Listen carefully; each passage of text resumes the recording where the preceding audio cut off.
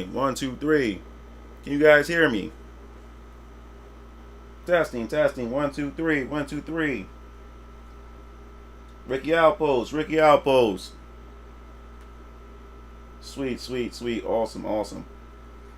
What's up, Neo? What's up, Rocky? What's up, Hyrule? What's up, Nutman? What's up, Moshi? What's up, Mars? What's up, Jackson? 1 second. Yeah, it's loading up.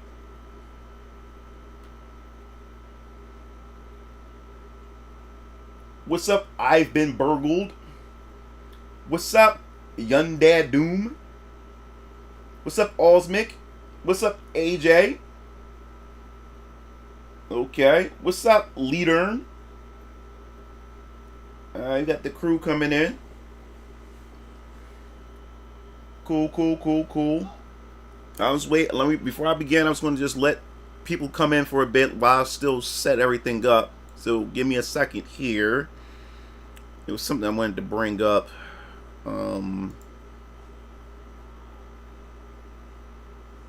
Yeah, we'll definitely get to that topic when I'm gonna record that tomorrow. Let me see if I can find it.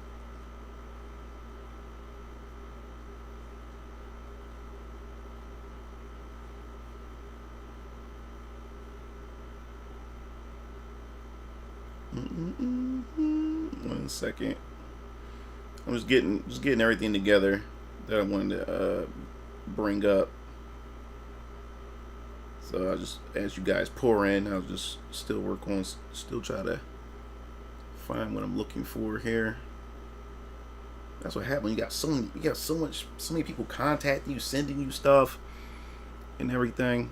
I probably need to have it. I don't even think I bookmarked it actually. Yeah, I don't think I even have it bookmarked. Oh well.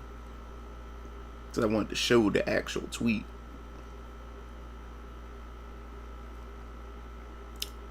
Doesn't matter. Okay. Alright,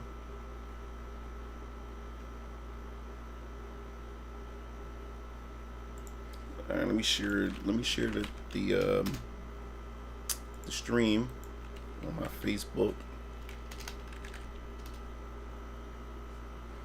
for those who watch me on Facebook.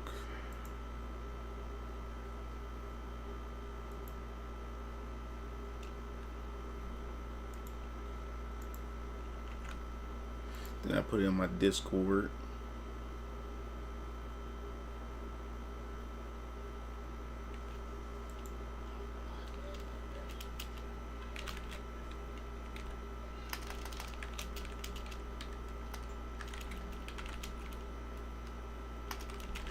One second.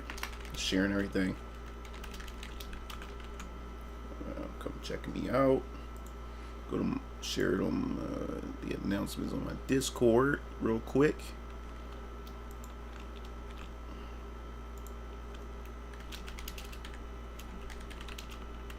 Perfect.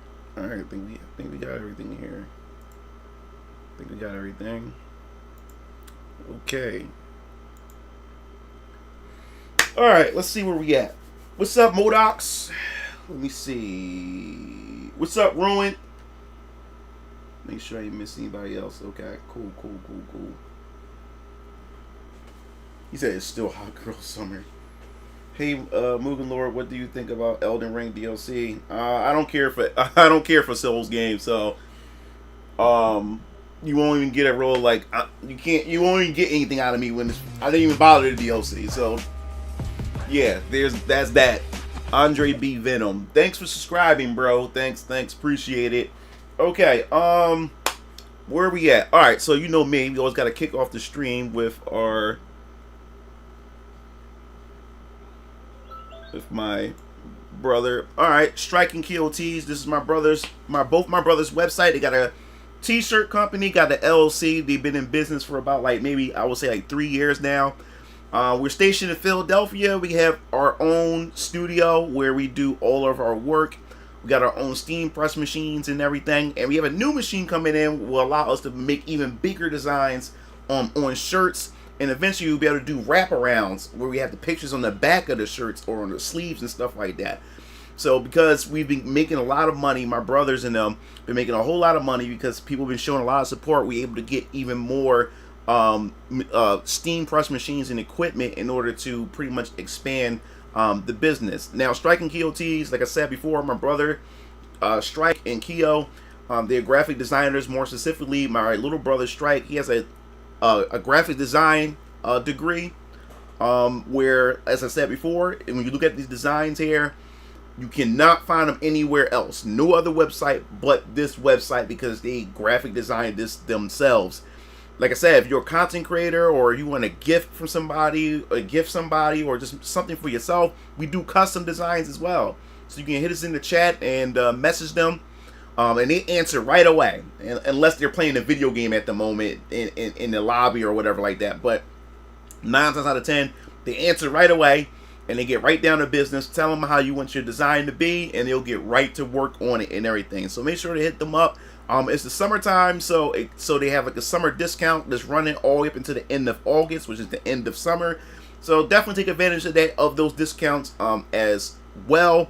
Another thing that I also want to mention is that Venus Orion Comics, my comic book company, will have a spot here on the website as well when I launch my comic book campaign by the end of this year. So you'll be able to get merchandise and all kinds of other things, and get news and updates on Venus Orion Comics in general, because I will be having a website for Venus Orion Comics. So there'll be a lot of attachments, even Mugen TV and my 3D Hentai Beauties website and everything too.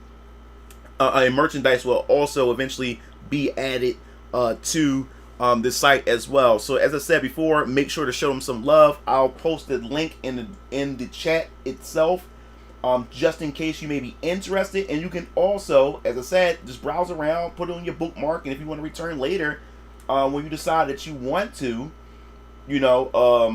purchase something from my brother and them website, definitely check it out.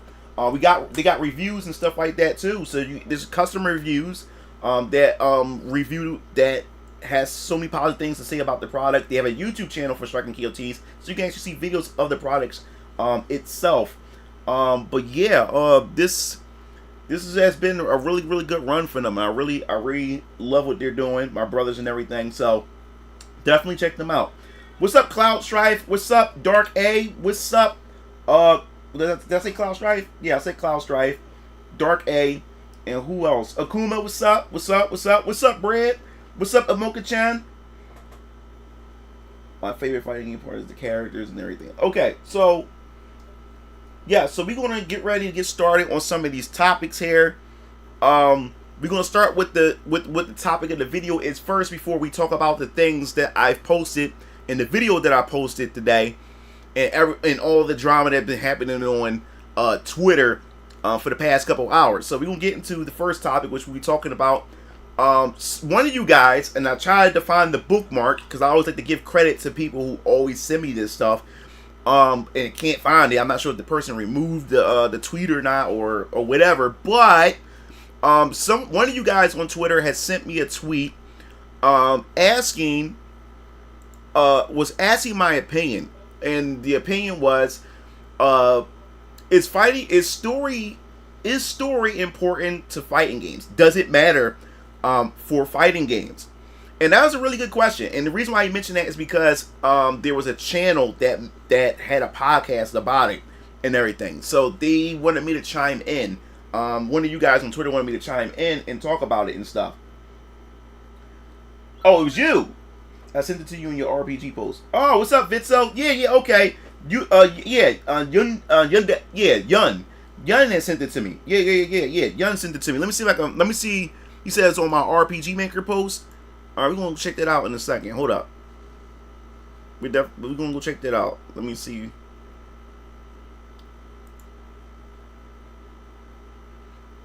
Okay. Yeah. So,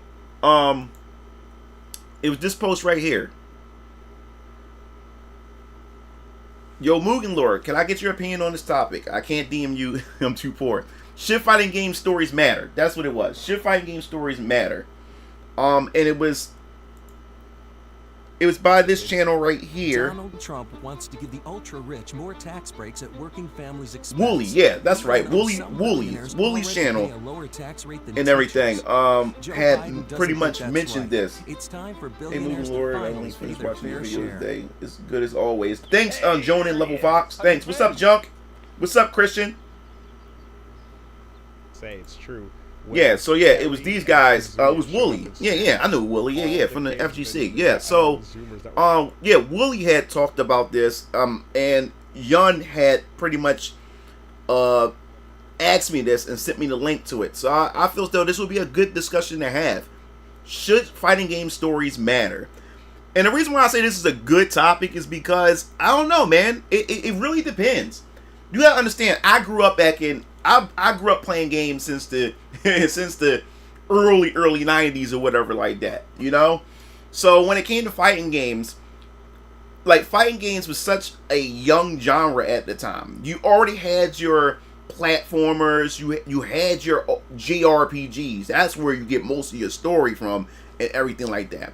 But the thing is, when it came to stories in video games a long time ago, you know, it was something that just had to be there in order to, I guess, to get you into the mood of why you playing this game or why you controlling the characters on the screen. Most storylines were very, very simple, but it was to give the characters somewhat of a personality so you can be able to connect with them. But it really wasn't essential. It's kind of like how porn is. When you trying to find a storyline in porn, or you trying to really get and find lore in porn. You know what I'm saying? It's just, the story is there, but it's not really that important. And that's how it was back in the day when it came to fighting games. Because I'm going to be honest with you, I was a Capcom kid, and I played Street Fighter. Now, I love me some Street Fighter, but I really didn't care about the story.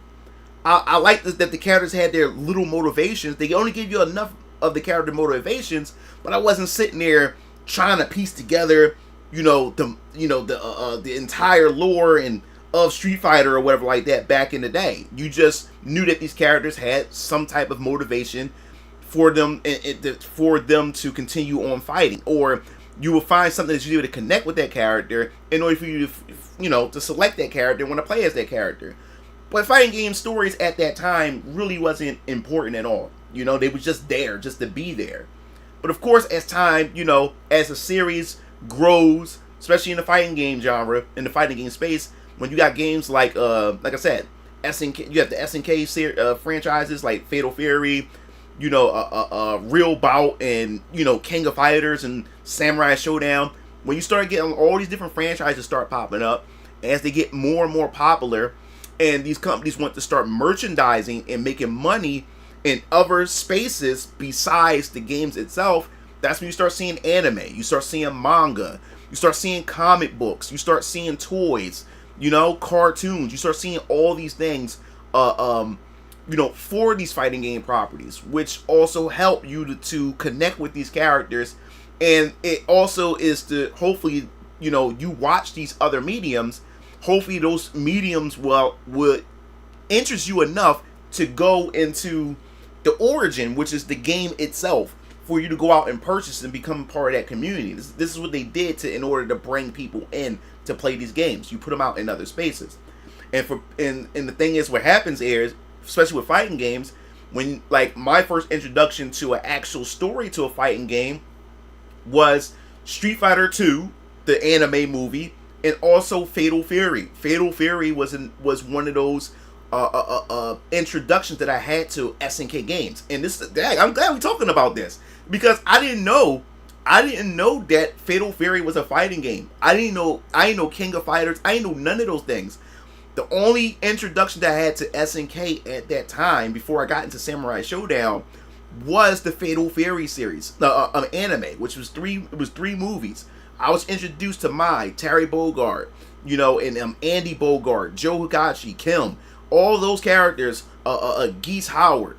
I got introduced to all those characters because of the anime, and this makes perfect sense. Because of the anime, it had grown my interest, and those characters became iconic just off the anime itself. So when King of Fighters 95 came out, that's when I found out that Terry came from a fighting game. Because when back in the day, when you used to get magazines, you used to get a PlayStation demo disc. So for the PlayStation 1, I had got a demo disc, and King of Fighters 95 was on there. And the two playable characters, I believe, was Iori and Terry Bogard. And when I seen Terry Bogard, I said, oh shit.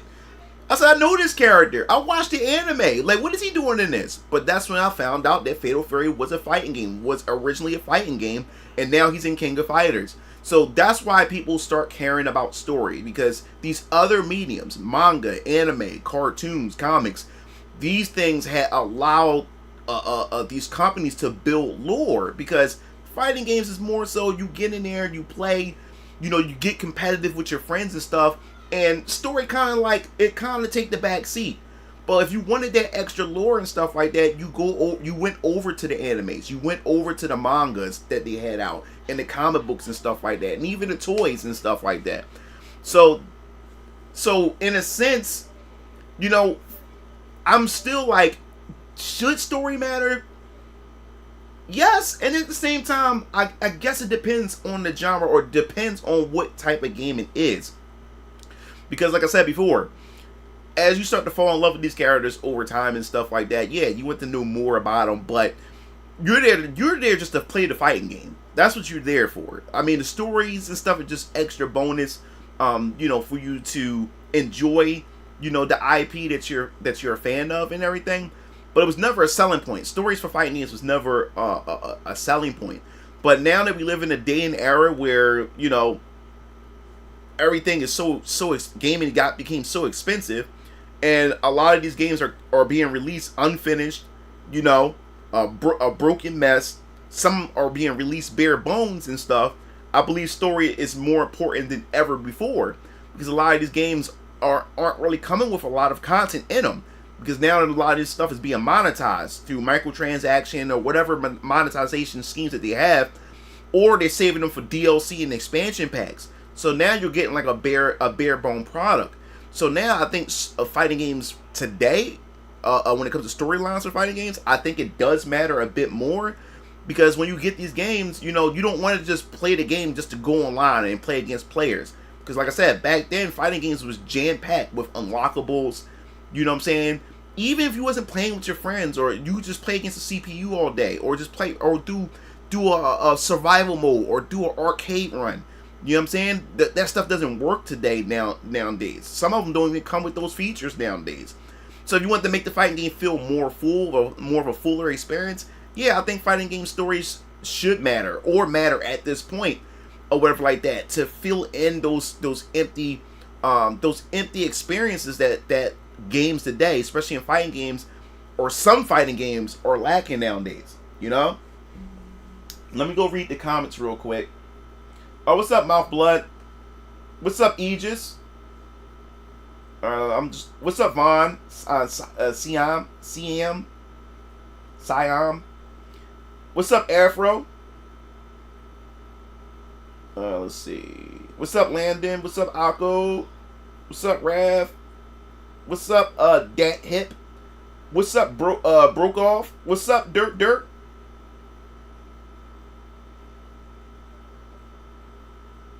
Let's see. Yeah, we already said Jonan Level Fox. Yeah, I noticed Imoku-chan said, I really like the story in Guilty Gear. I was about to start talking about that. See, then you have things like fighting games where you have Guilty Gear. Guilty Gear's story is so convoluted. I don't like the story. I really don't. It doesn't make sense to me. A lot of the story elements don't. I mean, Strive had kind of made a one streamlined story thing, but Guilty Gear had always confused me. Even down to BlazBlue had a stupid storyline, a convoluted storyline. It was a convoluted mess. So that was another reason why I didn't really care for stories much. I think the closest to a story that was pretty interesting was Soul Edge, which we had the Soul Calibur series. I thought that story was pretty interesting because I grew up playing Soul Edge back on the PS1, and I thought the story was pretty interesting with the Soul Edge swords, and each character, you know, when they pick up the sword, you know, they get a different experience, you know, a different outcome. And I think that's the reason why I didn't have interest in fighting game stories much, Because you gotta remember, in fighting games, every character has their own motivation and their own path to follow. And the thing that confused me about fighting games back in the day, when it came to storyline, there wasn't a canon or a one streamlined story. Because whatever character you pick, that was the canon experience. That was the canon story for whatever character that you play. So every time you beat Bison or whoever the last boss was, you got a different outcome based on the character that you used. So that's what made it so confusing. I'm like, okay, who's the real canon story? Whose story I should be following here?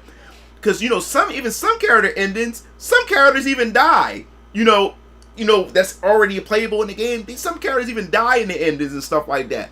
So it always confused me. Like, okay, so what's canon? What's not? Because when the sequel come out, that character returns again or whatever like that. So it was always confusing. And I think we're really confused even more. Like Tekken, for instance. I don't like Tekken. Tekken is just goofy to me. Tekken's storyline is just fucking goofy. Tekken started out as a grounded martial arts, who's the best and stuff like that, and then we started getting into all this other crazy nonsense with the storyline, especially with Tekken 8. I completed Tekken 8 the day one of my subscribers that bought the game for me. The same day I beat it, the same day, and that storyline is so fucking goofy. It's so fucking stupid. We went from a grounded, Iron Fist tournament into now motherfuckers is flying around. Jin was riding on his motorcycle. He jumps in the air and then throws the motorcycle at the helicopter and shit. I'm like, yo, this shit is getting stupid. Niggas fighting like Dragon Ball Z. Niggas is fighting up in space and shit like that. Kazuya and Jin. Then they land back on Earth and shit. Like, I'm like, this is getting out of hand. This is getting goofy. So Tekken's story is just like goofy as shit to me. So Tekken is a story that I never take serious in the first place. Never took Tekken serious in the story in the first place. I just love the Tekken series because I love the characters in the game itself and the gameplay and everything. But I never went into Tekken looking forward to the story. Never did. Never did. Another one, Dead or Alive. Dead or Alive's story was convoluted as fuck. That was another stupid ass story for a fighting game series and stuff. So hopefully if they reboot it or something like that, they make a streamlined story mode or a streamlined story that you can actually follow, because Dead or Alive's story was retarded as hell. Vitzel said divine story, a big overarching plot or a character journey. We fall in love with characters and due to their story and cheap mechanics. Yeah, once again, I feel like SNK delivers in that front. The KF stories are really good if you sift through the weeds and stuff. That's another thing. That's the thing, Vitzel. That's the thing about fighting games. You have to sift through the weeds in order to get the story. You got to sift through a lot of stuff, and you have to piece together certain things because, like I said, there's not one overarching story like that you can follow, because every character that you play as have their own story and everything. So there's not like this one streamlined plot. So you have to play through all the characters, get all the storylines. Then you have to sift through which one is the canon story. And then you end up finding out what's the canon story if a sequel come out and they piggyback off of whatever character's story and stuff like that. That's why I never took fighting games stories as serious. I think it was once NetherRealms came released when they gave us Deadly Alliance, but more like I said before, when MK versus DC, when Mortal Kombat versus DC came out and they actually had a storyline, I thought it was pretty fucking cool. Because like I said before, I thought MK versus DC was a stupid ass fucking crossover, stupid ass fucking idea. But I played that game, more specifically, I didn't really play MK versus DC to play it competitively or or just to play it. I played it just for the story. Once I was done the story, I was done the game. Because the storyline was actually pretty cool. I liked it. Was pretty interesting. I think NetherRealm Studio was the one that cracked the code of how to do fighting games, story modes for fighting games. They cracked the code, which made a lot of people adopt it. I said it before. Ono himself, when he was working at Capcom, he took a picture and he posted up on his Twitter showing that he was playing Mortal Kombat 9. And he said he learned a lot. He learned a lot from it and stuff like that as far as stories are concerned. And remember, Street Fighter V wasn't out yet. So when he said that, I said, okay, Street Fighter V is going to have some type of story mode if he's trying to learn from what NetherRealm Studios did or with Mortal Kombat and shit like that. So I was like, okay, I like to see what they done with that. Now the story mode for Street Fighter V, it was okay, but it was the step in the right direction. And then Street Fighter 6 followed up. But yes, NetherRealm was what's laid down the ground rules in the blueprint, made it a standard. Especially with Injustice, I only played Injustice the first game. I didn't really play it competitively or play online rank matches. I played it just for the story. Once I was done the story, I was done the game. Because they were good story. They had good stories. NetherRealm Studios were good storytellers until recent. They started fucking things up. But yeah, that's the thing with that. I didn't really care for Rival School Story. I just thought that was another one. Like I said, you have so many different characters and different story threads intertangled and stuff like that. Didn't care for the story for that. I loved the game, but I didn't play it for the story. I didn't care for the story at all. I just played the game. I love the character designs. I love the characters. I love the gameplay mechanics. That's what I said. Like when it comes to the fighting game genre, it's so much different than any other genre. I think the fighting game genre is a unique genre when it comes to things like story modes and storylines and stuff like that. Because you can actually go without, as long as the gameplay is good, character designs are good and everything, and you give the characters some. Oh, thanks James Hopkins for the $5 super chat. Appreciate it. For the fact is that you just give them a little bit of motivation. You just need it. That's all you need. Just a little bit of motivation. Just a little bit of lore for the character. Just for you to just like, okay, I can to associate myself with this character. I resonate with this character, and I just play as this character. Let's see, scroll back down. Let's see. We got Jacob. No, we said Jacob already. My Blood DZ. What's up, Chris? What's up? Quantum, what's up? Neo Arcadia, what's up, James Hopkins? They tried to one-up what they did before, so it will get ridiculous at some point. That's why MK has to start over. You're right, James Hopkins, that makes sense. MK11 story is so bad. Yeah, I didn't care for MK11 story. MK9 was still the best story. MK1 really dropped the ball. And let me see. I'm just going through these comments. What's up, Mango? So the only genre of stories matters are visual novels and RPGs. It can be relevant in any other. Yeah, that's what I was. Yeah, I also somewhat agree with that too. You know what I'm saying? like RPG genres where story really matters. Of course, action and adventure games. Also, story matters there too as well. What about the story of Killer Instincts, dude? I don't even know the fucking story of Killer Instincts. Street Fighter 6 story was non-existent. Oh yeah, I might get Killer.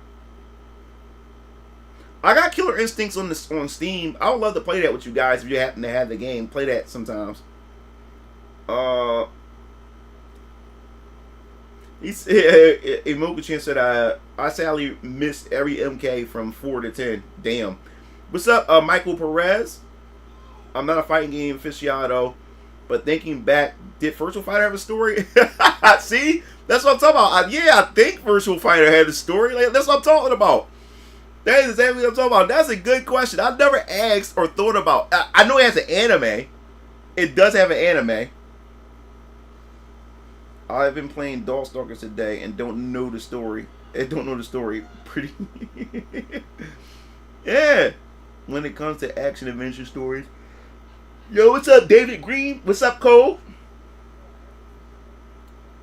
Alright, so Code says, how do you feel about the story/adventure mode in Smash Bros. Brawl?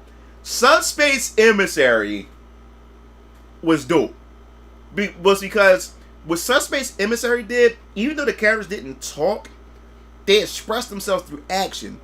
And what made it so dope was it was a crossover dream match. It was a dream. It was a dream scenario.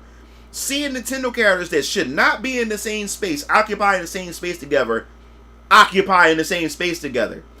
And it had a lot of dope moments in it, and it just gets you hyped when certain characters just meet up together and then end up joining up and start teaming up and everything like that. I thought it was pretty cool, especially when Ridley showed up and grabbed like come on, Pikachu and Samus like together, and then when Ridley came and then grabbed Ridley, and then Ridley grabbed Samus and started like scraping her against the wall and shit, and then Pikachu saved her with the Pikachu shock and stuff. Dude, it was all these crazy scenarios where characters that shouldn't be together are together. I thought it was pretty dope. And then they give you like this, what characters do you want to play as? Like in these scenarios, do you want to play as this character, or do you want to play as this character? Do you want to pair these characters up? I thought it was pretty cool. And then it was co-op. I love Subspace Emissary, and it's so sad that because Sakurai was so upset that people were spoiling it on YouTube, and he said that him and his team put so much hard work on it, and he wanted players to discover it on their own rather than people upload the stuff.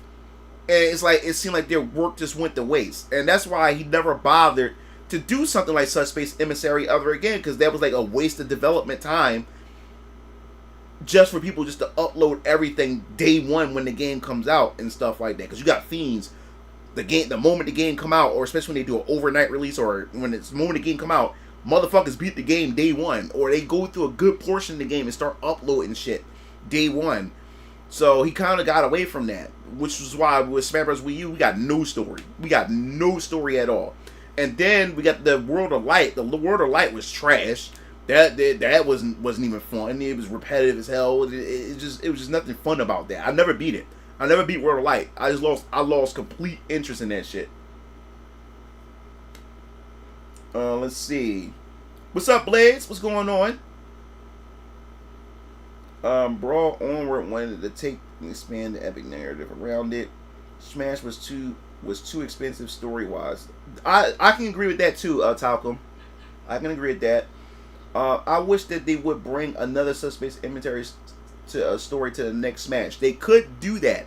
I think the only way they could do that, and I think this is good that we can talk about this when it comes to Smash Brothers. I think it's a good topic that we can really talk about when it comes to Smash. I really do believe that a new Smash Brothers will eventually come. Will it come next generation? That I do not know. If we don't get a Smash Bros. Next generation, the next generation console, we'll probably get like a remaster or something, ported over, a port of Smash Bros. Ultimate over. Because you gotta remember what Sakurai said.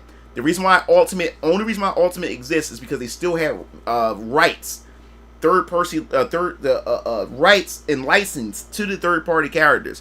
And he said this is the only time this will ever happen, that they was able to get everybody in one game. Because he said, do not expect this. If they were ever to do another Smash Bros. Game, do not ever expect this to ever happen again. Now, that is another reason why I believe that we probably couldn't get a story mode. Because, like I said, like when it comes to third-party characters, like some of these companies don't want their characters in the story mode, or they may have to pay extra money, or there has to be some type of clause and everything. Especially once the licenses are up for those characters, you can't, like to have these characters in there, it may cause a problem. So that's why I think we probably never got a story mode either, because we started getting all these third-party characters. We got Sora, we got Cloud, you know what I'm saying? We got Hero, we got all these, we got Terry Bogard, Ryu, Ken, we got all these third-party characters. So if we was to get another story mode, and think about it, we had got story for Subspace Emissary only had 2 guest characters. That was only Sonic and Snake, and Sakurai has a good relationship with Kojima and the creator of Sonic the Hedgehog. So Snake and Sonic was supposed to be in Melee, but they was too far into development. That's why he never made it in. So that's why them two made it into the game in Super Smash Brothers Brawl or whatever like that. But the only way I believe that we'll get something like Subspace Emissary is if they go back to being what Smash Brothers was about. Smash Brothers was about the celebration of Nintendo. But later on, Smash Bros. Became the celebration of video games in general, and I don't have an issue with that. But I did kind of get upset that that Smash kind of lost its identity at that point is when we started just throwing in all these guest characters, and it started getting ridiculous with some of these requests. Then people wanted anime characters, people wanted Naruto, people started wanting Goku, and that would have been a licensing nightmare and stuff like that. It's like Smash just started losing the plot of what Smash was originally supposed to be, celebration of Nintendo properties. And if we do get a new Smash game, I believe it's going to be a reboot. I believe they're going to reboot the game, and it's going to go back to just celebrate a Nintendo IP, because there's so many Nintendo first-party characters that did not make it into the game, and I think they got screwed over. Especially Zelda representation was ass. We had 3 variations of Link, 1 Zelda, and then a Ganondorf that fight like Captain Falcon with a sword. Like that shouldn't have went down that way. We should have got Garaham from Skyward Sword. We should have got a Skull Kid as a playable character from what was it called? What's it? Majora's Mask. There were so many characters. We could have got Impa from the Hyrule Warriors. We could have had so many different characters representing the Zelda franchise.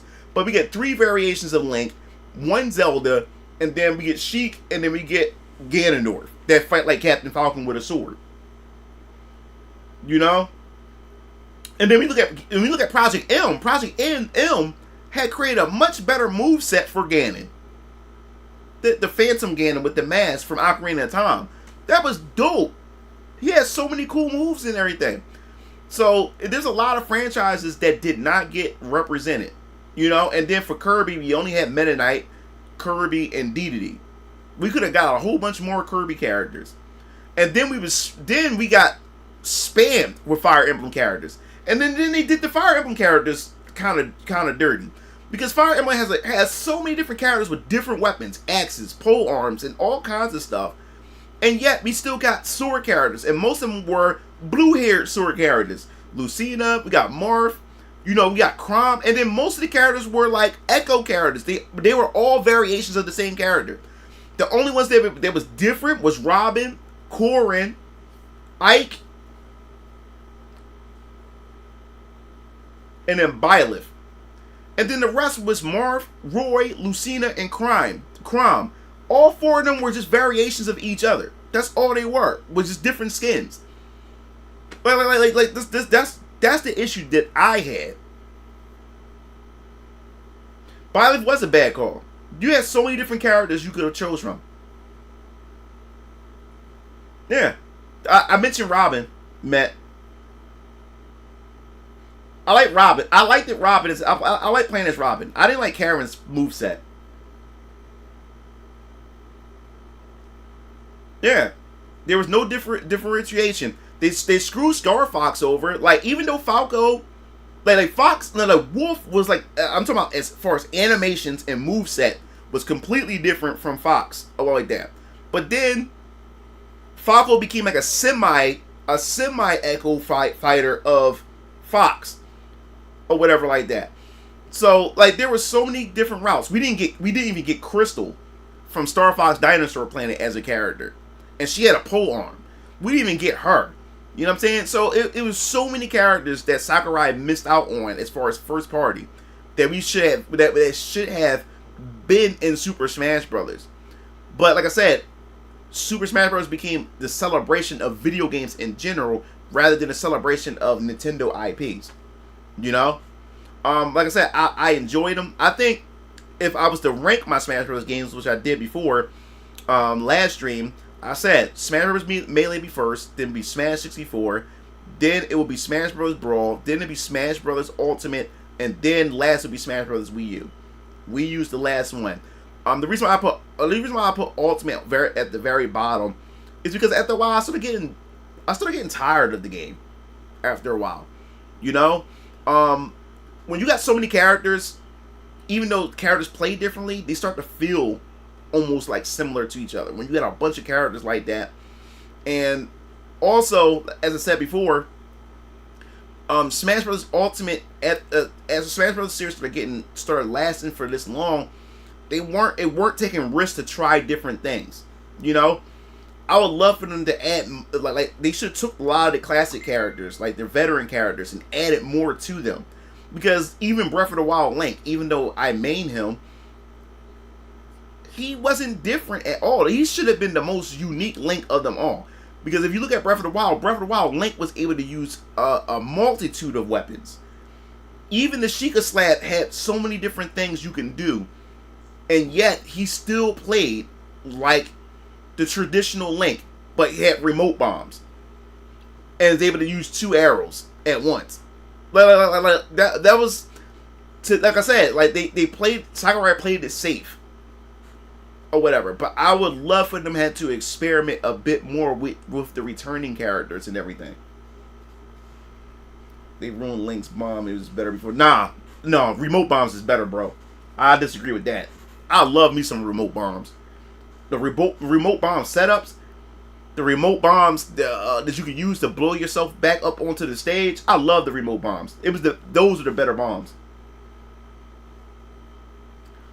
All right, so Jackson asked if Octopath Traveler, if that was a good game. To be honest with you, I have Octopath Traveler 1. And I have yet to open it. I think I have 2. I think I have 1 and 2.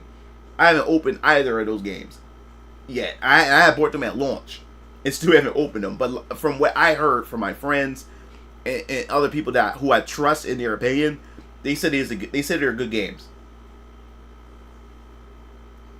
So that's how I feel about every Mario game. Now, Mario tries. Now, one thing I say about Mario tries a lot of different things.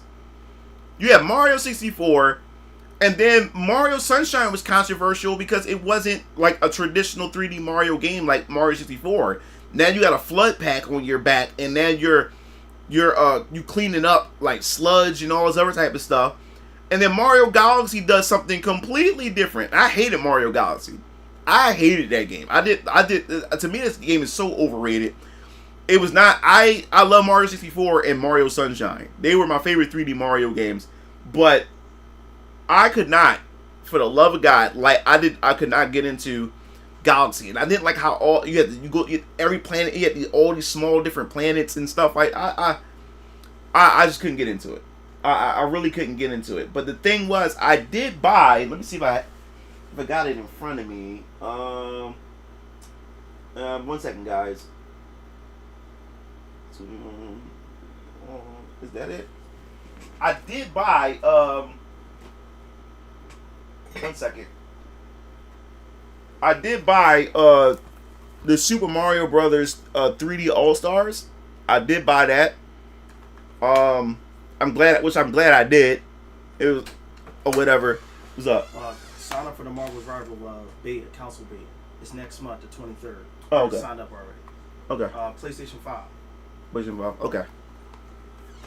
And yeah, and this collection comes with Mario 64, Mario Sunshine, and Mario Galaxy. Now, when I haven't played this, I only played this once when it launched, when it came out. I bought it, and I had collected like 30 stars, and I was supposed to go back to it. But like I said, man, like my life is just so busy, I could never sit down and game for too long. But yeah, I'm glad I did get this, and plus I get to play my favorite too as well, Mario Sunshine. As well, I won't even touch Mario Galaxy. I don't really care for Galaxy at all. But yeah, I had bought this. This was I'm glad I snatched that up.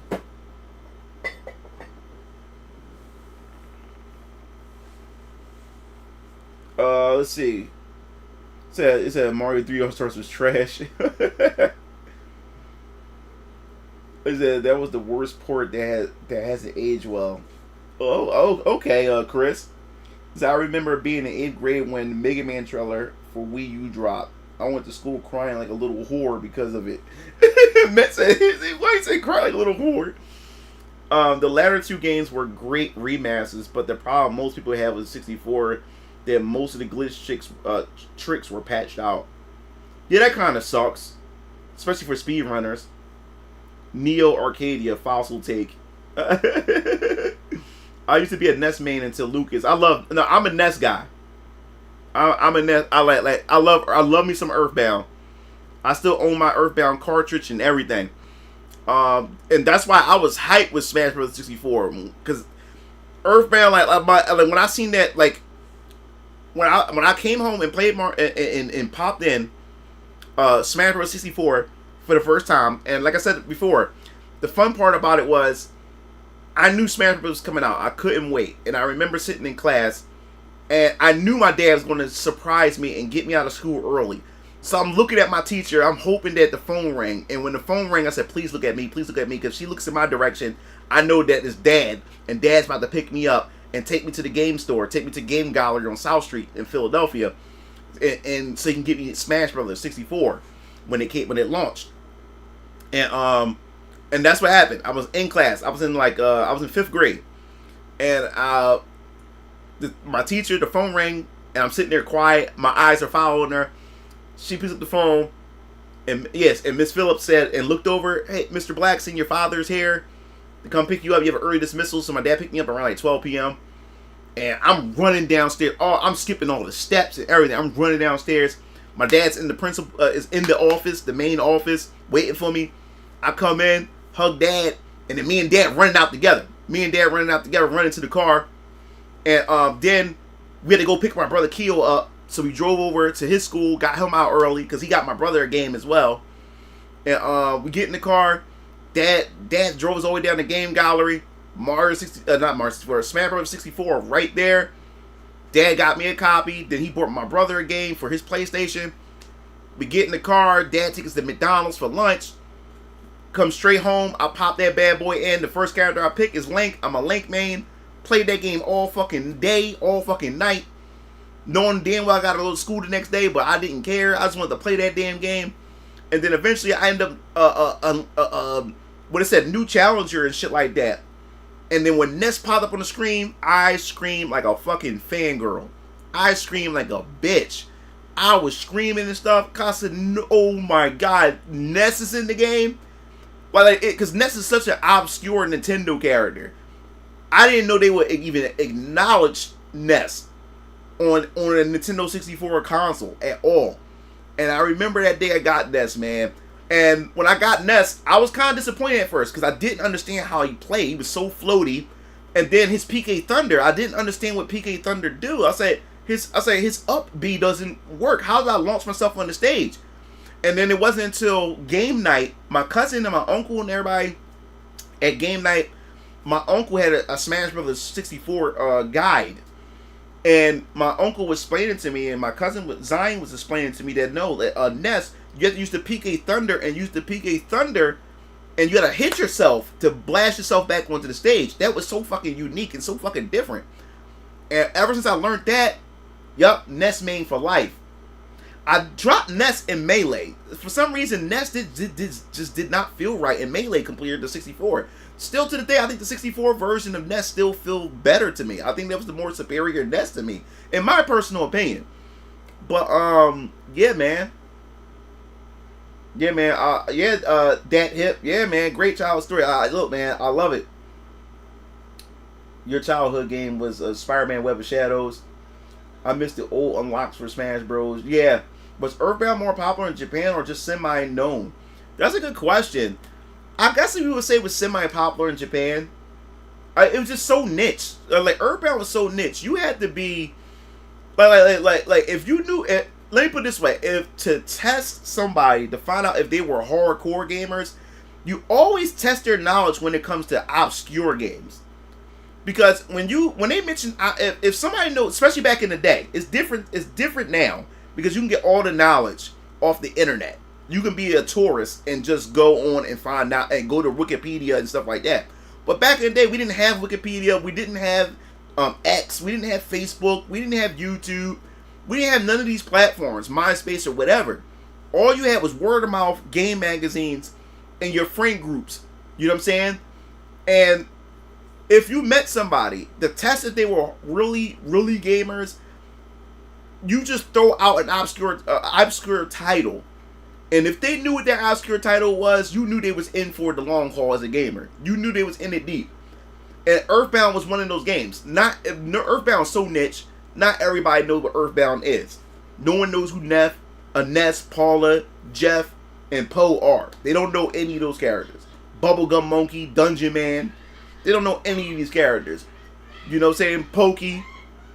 So They don't know any of those characters. So when you asked a friend a long time ago, when you met a gamer a long time ago while you in the lunchroom or in the schoolyard and stuff like that, and they hit you with an obscure game, or you throw an obscure game at them, they know what the fuck you talking about. That's a friend, right? That's a person that you need to keep around as a friend. You know what I'm saying? Because they're deep in it. They're very deep in it. And yeah, Hyrule Legend said, "Yo, yeah, those were the days. No spoilers and leaks every year. I miss those days. I love a great surprise." And Code J says, he said, "Mind you, how many tours actually researched?" You got a point, Chaos. You got me there. You got me there. Mr. Pooh from Earthbound is awesome. Yeah, he said, "My childhood game is my parents getting me Sonic Heroes." I keep forgetting y'all young. Sonic Heroes your childhood game. When Sonic Heroes came out, I was a senior in high school. That game not only introduced me to Sonic, but made me a gamer I am today. Sonic Heroes, like, yeah, you're young, Code. Sonic Heroes introduced you to Sonic? Man, I feel fucking old.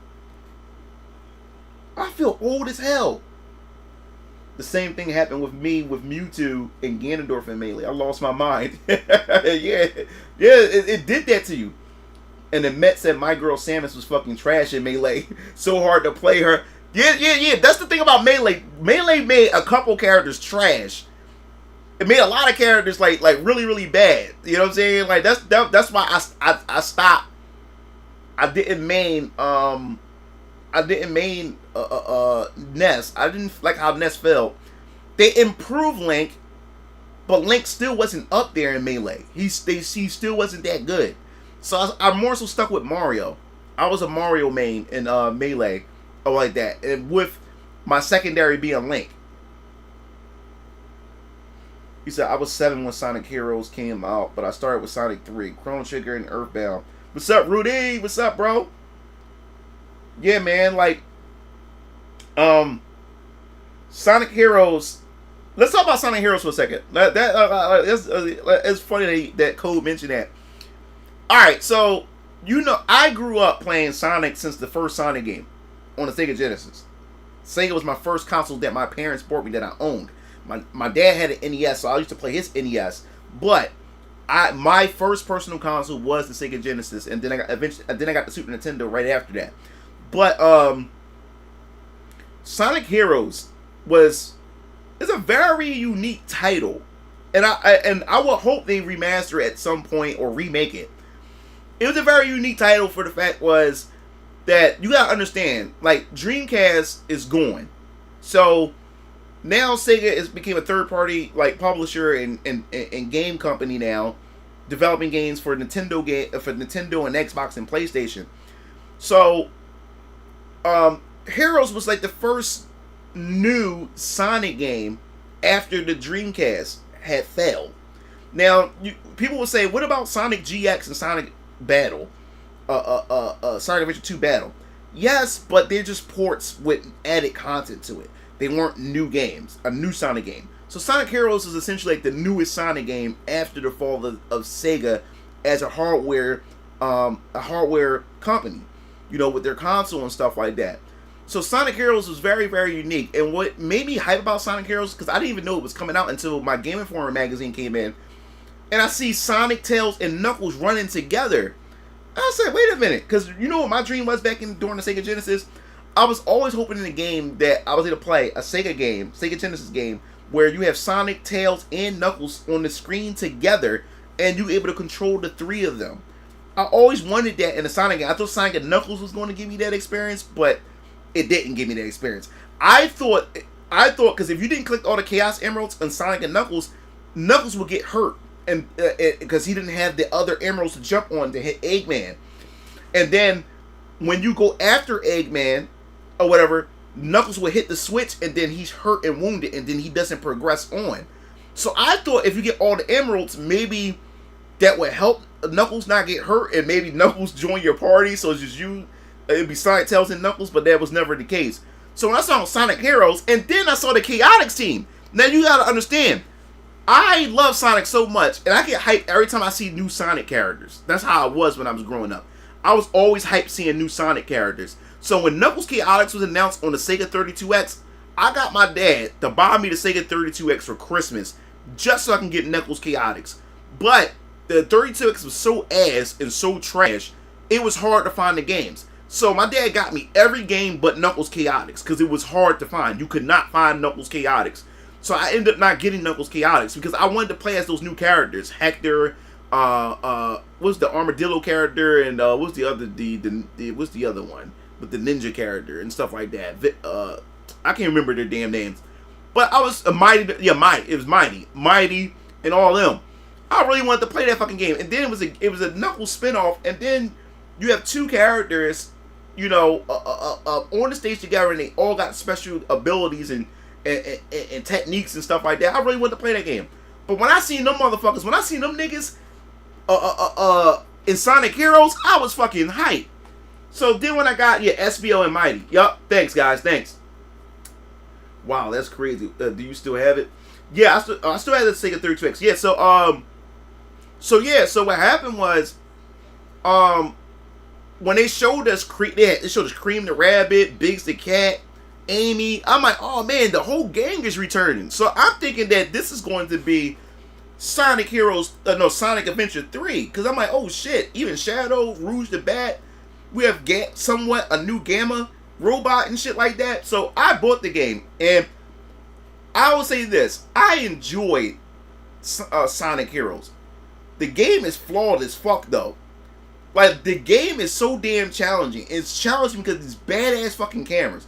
That game has the worst camera perspective, the worst camera controls ever, and sometimes the game would glitch out where Sonic won't. When you grind on the rails, sometimes Sonic will fall through the rails and shit like that. It was all kind of janky shit. But Sonic Heroes is one of my favorite 3D Sonic games, and I would love for them to remake that. Remake it. I want them to remake the game. Now, story-wise, I was kind of upset. I think Sonic has potential to tell good stories. I like to see more mature stories for Sonic games. But Sonic Heroes had potential to tell a good story.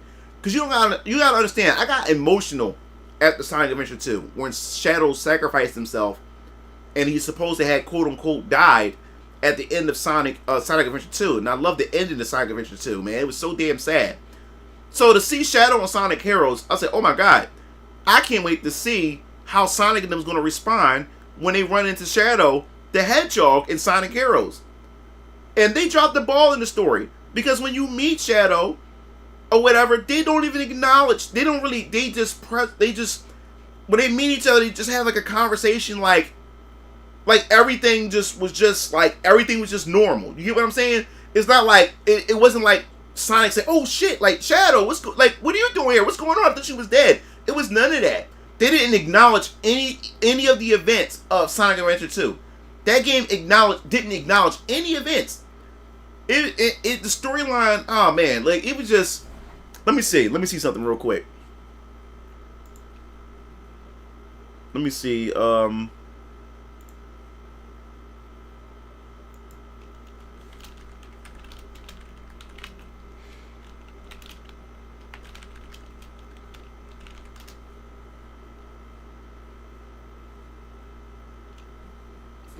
Yeah, right here. Let me put this right here real quick.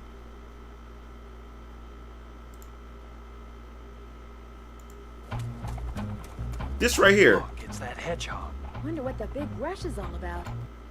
See, it's like they don't even acknowledge anything that happened. Like this nigga died. Shadow had supposed to have died. Those guys will end up getting in my way and making trouble. Hey, isn't that... Sonic! Talk about being stubborn and full of surprises.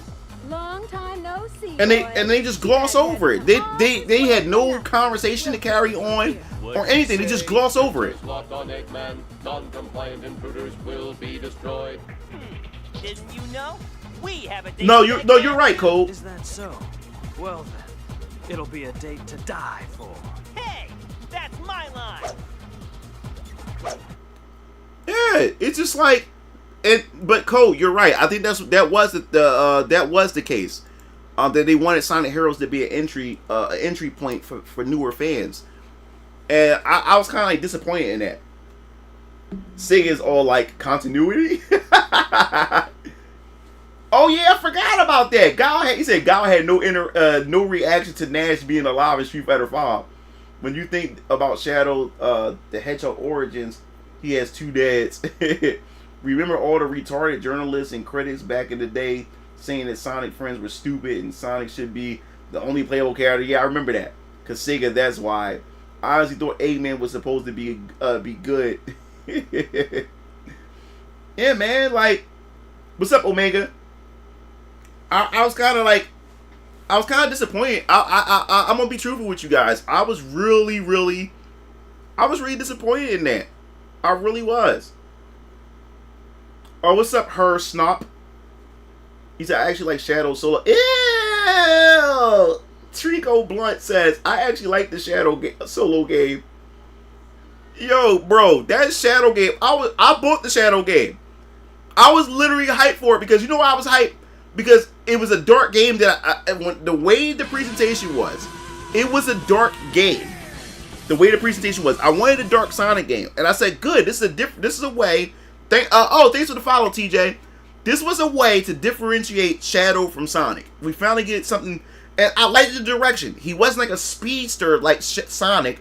He had the chaos control, and he was more of on the edge. He was like the edginess. You know, the early 2000s, how everybody wanted to be edgelords and shit like that.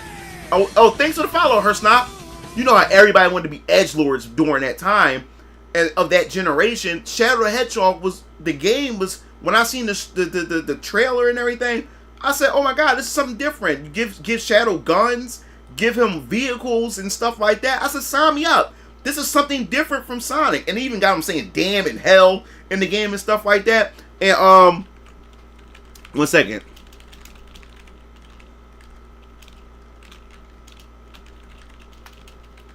Let me see. We're gonna,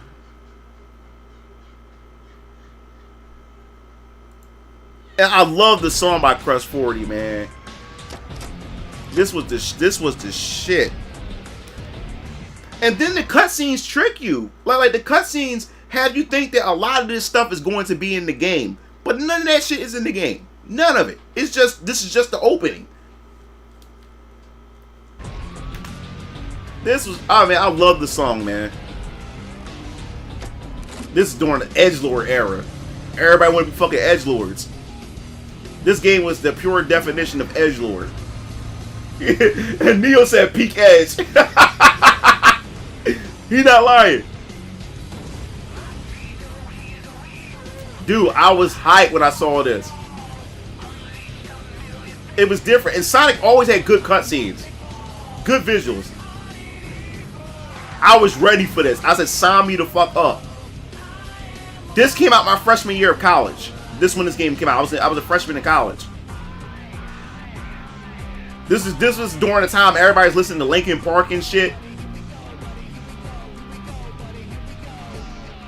Yo, when I seen Sonic in them, bro, y'all understand how much of a Sonic fan I am, bro. This part right here, when I saw Sonic run and then I seen all his friends, I'm like, hoo, hoo, hoo, hoo. I was like so hyped. I was like, oh shit. I was like, what? I said, what role are they gonna play in this fucking game? What role? You can do none of this shit in the fucking game.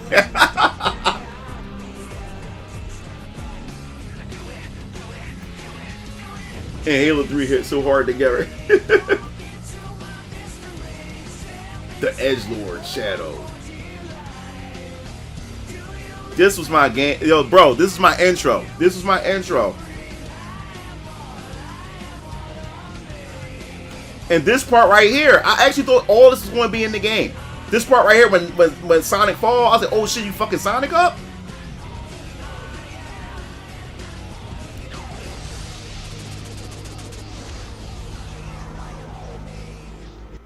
And this is like during the time like we had Jack, was Jack 2? I think Jack 2 was out or something at this time, where everybody started going becoming edgelords and shit like that.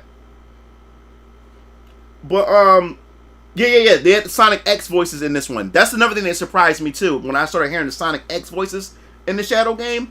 But when I got this fucking game, dog, I was so fucking disappointed. Bro, I had got the game on Christmas. I came home for Christmas holiday from college. Like I said, I was a freshman. I just started college or whatever like that at Mansfield University. I come home. I come home from college for Christmas break, and I get this game for Christmas. It's under the tree. I grab it. I go upstairs in my room. I pop the fucking game in. I look at the fucking intro, hype for it, and then sat down and started playing that shit. And then the thing was, like, the way they sold this game, they said you got player choice.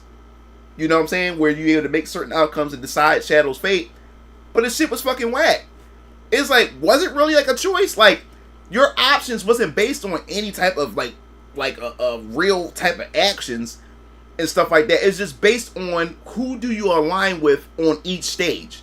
Would just branch you to different story paths depending on who you aligned yourself with on each stage. If you align yourself with the Dark Lord, or you align yourself with one of Sonic friends, or you align yourself with Eggman, you align yourself with Gun, or you just didn't care. You just wanted to do your own thing as Shadow by just completing the stage.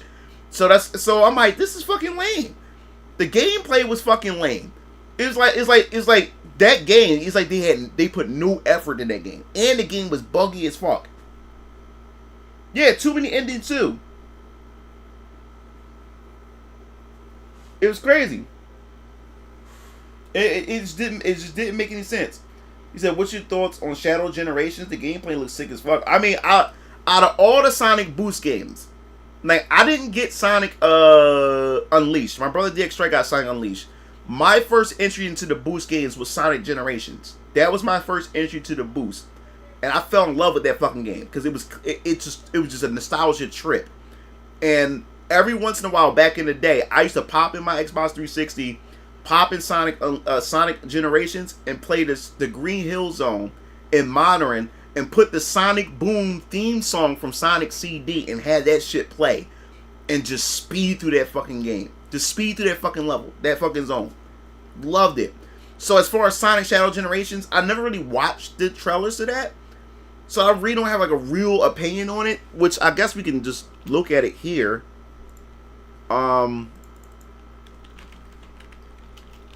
Generations gameplay. I guess we can look at it here or whatever, but oh, they even got a Summerfest joint. And they even got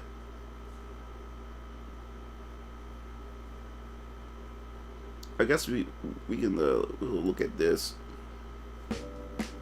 Stem bug spray Let's is look made at this with for a botanical second. extracts to kill the most common household insects. So even if your connection is bugging He said, "Who the out, fuck wrote that and approved it?" I have no idea, bro.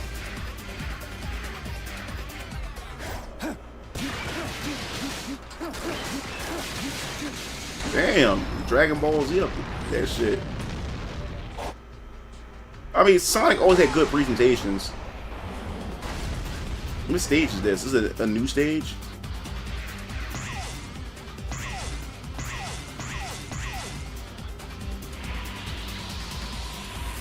As long as the momentum is good,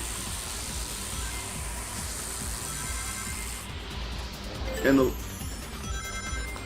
is this from Sonic Adventures 2 stage, or is this just a new stage entirely? That's what it seemed like, a new stage entirely. The only thing I don't like about Boost games is that everything is so fucking linear. You just hold the button down, you just keep going forward.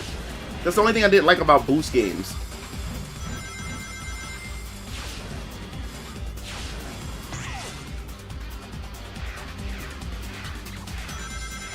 Oh, Shadow the Hedgehog stage. That's right. I only beat Shadow the Hedgehog once, and didn't care to go back. It's a mix of Final Gadget, Crazy Gadget, and I want to say Lost Colony. Yeah. I thought it was the Sonic Adventure 2 stage, but it doesn't look like it. That's why I was confused. It looks different. It's like, yeah, like they say, it might be a mixture of everything.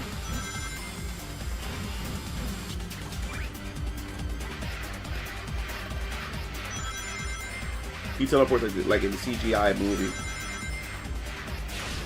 So black creatures it is.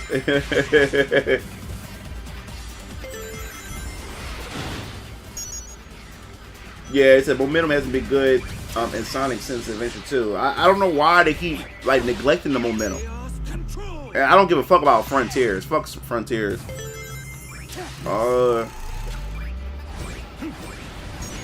Yeah, it looks interesting.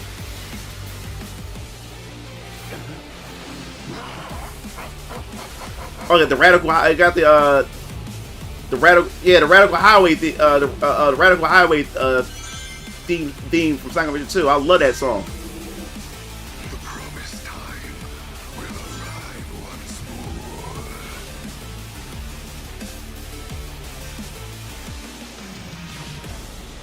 You cannot deny Oh my your God. fate.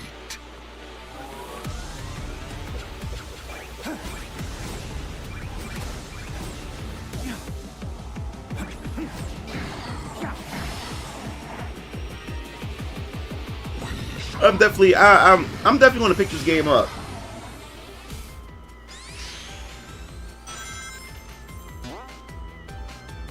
There you go, the classic Sonic again. They love that nigga. Like when Sonic Generations did so good, they couldn't let that nigga go. Classic Sonic was here to stay. That's why I hated Sonic. What's that last Sonic game? What's the Sonic? What's the name of that fucking game? The one, was it Sonic Frontiers? What was that shitty game? That was so bad, you had to create your own avatar and shit. That was Sonic Frontiers, right? Or can't remember the name of that damn game. I did a review on it too. Bro, if you want edgelord, play Strangers of Paradise, Final Fantasy. I have Strangers of Paradise. I gotta go back to that game and play with my brothers. Sonic Forces, yeah. Oh man. Don't get me started with Sonic Boom. Like, despite how people feel about Sonic Boom, that was a guilty pleasure of mine because I saw the potential that Sonic Boom had, and I saw the original gameplay and the original footage of what Sonic Boom was supposed to be, and they scrapped all that because of Sega's fault.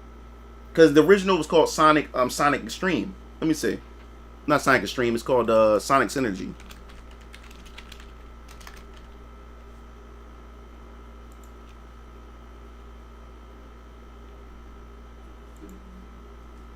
Introducing the ultimate AI voiceover. Alright, we'll go back. Yep, like me. Go to artlist.io and get exclusive voices for your video. Sonic Synergy was supposed to be a 4-player as well.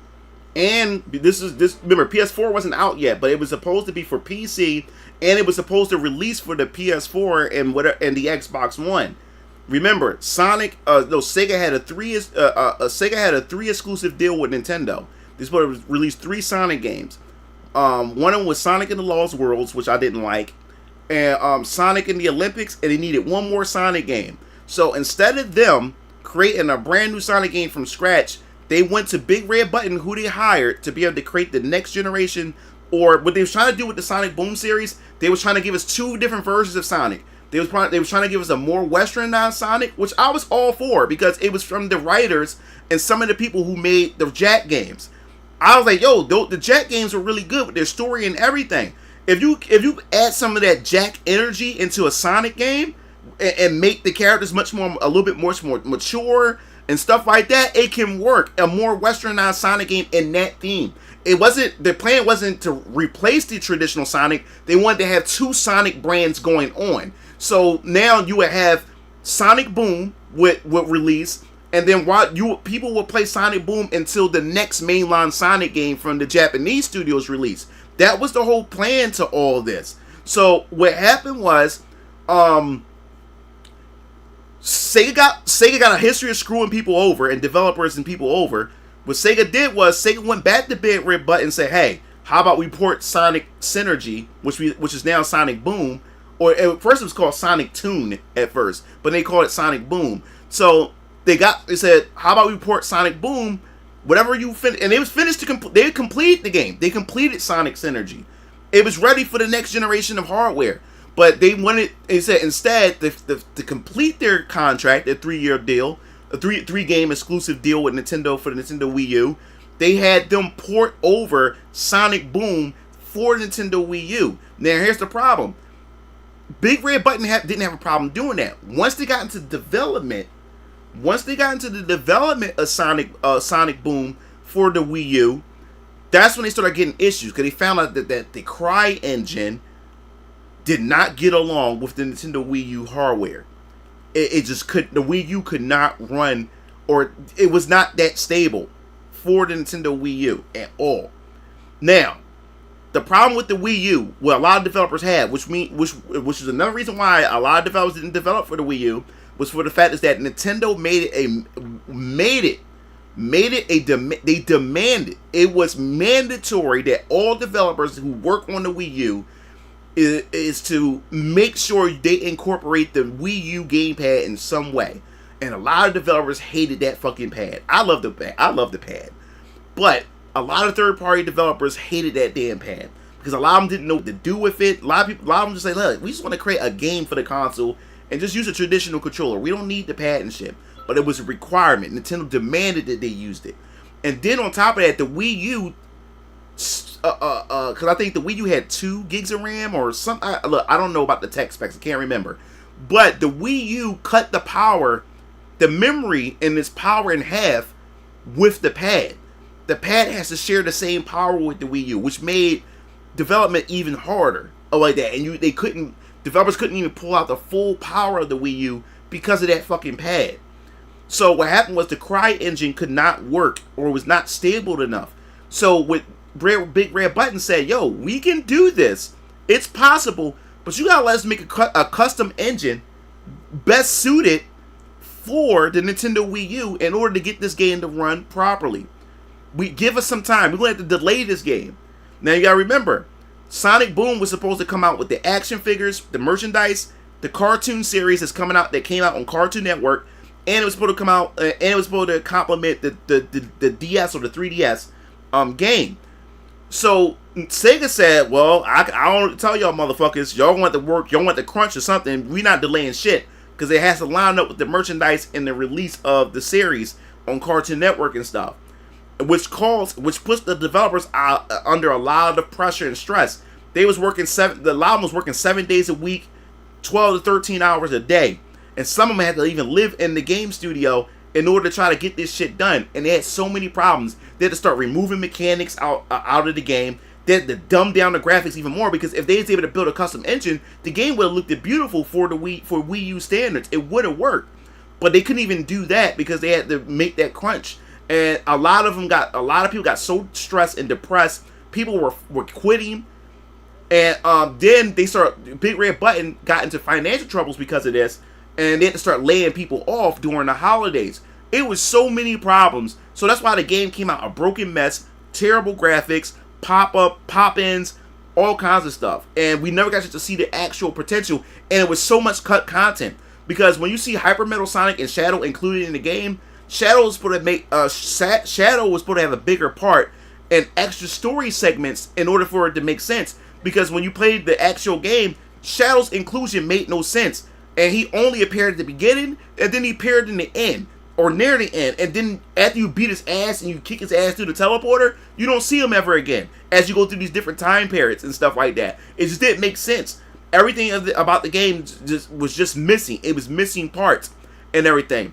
And I wanted a Sonic game like this, where you actually have a party member of teams, and you're able to, because it's supposed to have RPG elements, weapons. This is supposed to have big environments and villages and stuff, and they had to cut all of that shit out. That was something I wanted in a Sonic game.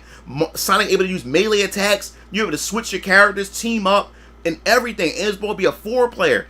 And they dropped the ball, man. They dropped the ball. And that was Sega's fault. It wasn't Big Red. And people always give Big Red Button a lot of shit, but that was Sega's fault. But this was the original plan for this game at the time.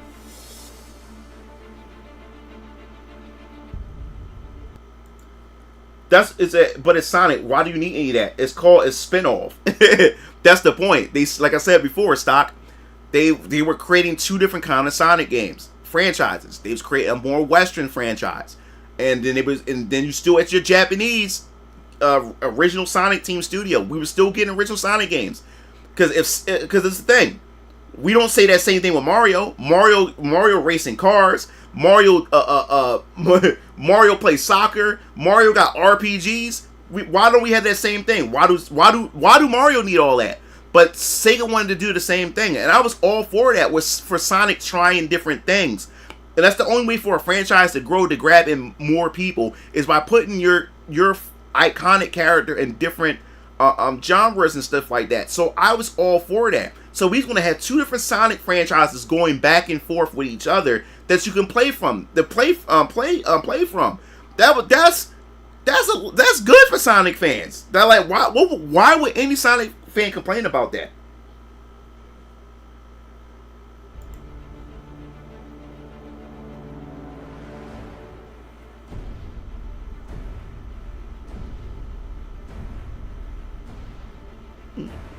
Yeah, Sonic Frontier is open world, but yeah, I was all ready for this game. I was ready. When I first saw the first trailer to this fucking game, I was ready.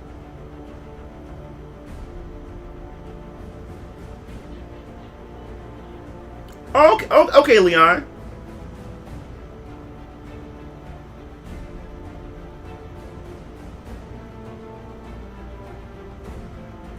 Oh, what's up, Glass Bob? Yeah, I really wanted to, bro. I really wanted to play this, like, play the real game.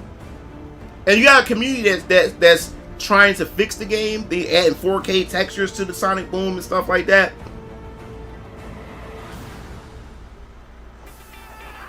I really wanted to play this. Okay, check this out. And guess what? In my personal opinion, I liked this version of these characters as far as personality. I liked the silly banter they had. I loved the conversation that they would have while they were journeying together. Like, the characters had more personality to them. Like, I liked these versions of Sonic, Tails, and Knuckles. I'm talking about their personality. Like, they actually had conversations, dialogues, and everything as they journeyed together. I thought it was pretty cool. I liked the banter that they had, and I wish they would have went a little bit farther with this. Secret room. This is paradise. Whoa, what exactly is this place?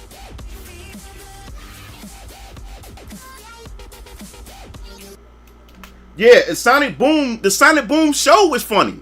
I never had a Sonic cartoon crack me the fuck up, but Sonic Boom was funny as shit. But it was well written. Like that would have carried the game alone. If you had good graphics, good gameplay, along with the character personalities, this franchise would have blown up. It would have blown up. We probably would have been on Sonic Boom 2 or 3 right now, or even 4. I was all for this. Tails had different weapons. It was all kinds of stuff that they wanted to do with this game.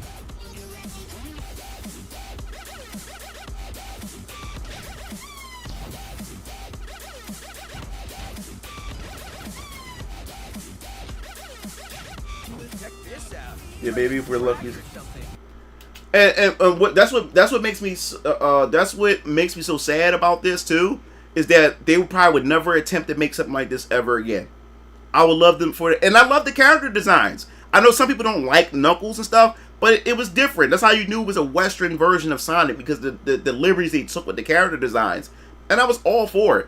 And the sad part about it is they would never attempt this ever again because of the stupid decision of forcing Big Red Button to not customize an engine for them to run this game. Oh yeah, you talking about Sonic Synergy. Yeah, this is Sonic Synergy. Yeah, man. Yeah, man. They dropped the ball on this. They dropped the fucking ball on this. Man, like, didn't somebody try to go and remake and try to? Well, people's doing like they modding it. They adding 4K textures and trying to fix the game up and stuff like that. Oh, this one's supposed to be a 4-player. It was a 2-player, I think. It was 2-player. This was going to be a 4-player, the original. But this Wii U couldn't handle none of it. Just missed opportunity. Yup, missed opportunity. But in 2D now, with the drawing.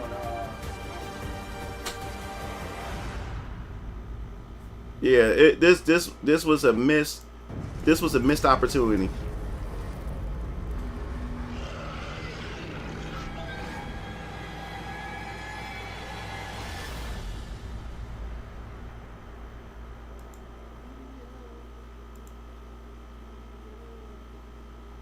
Yep. This was definitely a missed opportunity, man. Where is Half-Life 3? I have both Half-Life games. I have the original Half-Life on the PC, and then I have the Half-Life 2 that came. It came with the orange. It was called the Orange Box. It came with Portal. Did it came with Portal, Team Fortress, and I believe Half-Life 2. It was on the 360. It was called the Orange Box, I believe it was called, if I can remember. Oh, what's up, Fairfax? Oh, Keo is a big Jack and Dexter fan. When you mentioned the Big Red Button story, I got reminded of the beginning of the anime Zom 100, where the main character was losing his mind over working for an exploitive company. Command Mission was the only RPG to put any serious time into. Yeah, my brother got Mega Man Command Mission 2. He loved that game too. Gabe can't count to 3 yet.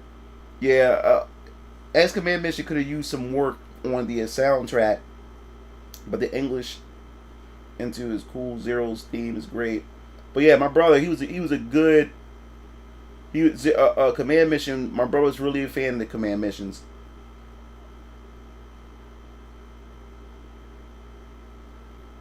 But as far as Half-Life is concerned, like I wasn't really too big into Half-Life. But especially the first Half-Life game had really pushed the boundaries with that at the time and stuff. But what I do, every time Half-Life come out, it's always like a historical gaming event. Like the most recent thing of Half-Life I've ever played was Half-Life Alyx. Damn.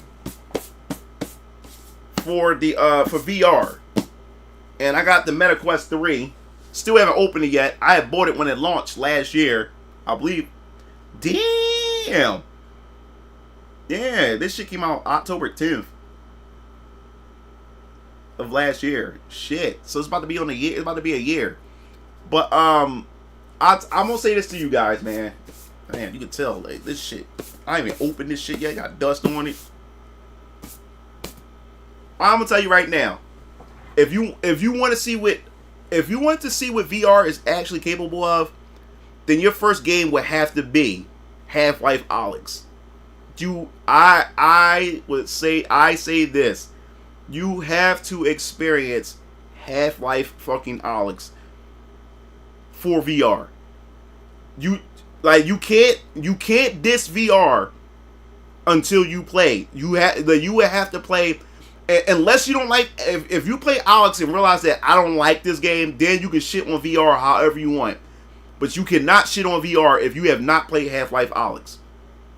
Half-Life Alyx, just like any Half-Life game. When I say it pushed the boundaries and shit, like, bro, with Half-Life Alyx, it's like the potential what VR has. Like, I was in a world. I was in a fucking world. In my own living room. Like, in my own bedroom. I'm in a whole nother world once I put that headset on. It's like I'm living and breathing in this world. And it feels like that you're actually there. The visuals is stunning and beautiful. The NPCs, the character interactions is fucking ridiculous. The things you're able to do as far as touching objects and reloading your gun and creeping around corridors and the lighting effects, everything about that fucking game is just fucking beautiful, man. Like, you would have to play you haven't it truly got a true VR experience if you haven't played Half-Life Alyx. Now, to play Half-Life Alyx is going to be quite expensive, because one, when it comes to VR, you would have to play is a Steam game, so you have to play it off your PC. So if you get the Oculus, you can get the Oculus, and the Oculus you don't have to connect it to your PC. This is a standalone VR headset. But if you want to play any game off of Steam, you would have to link your headset to your PC, which means you need a good fucking PC. You need a good fucking PC, which that costs money.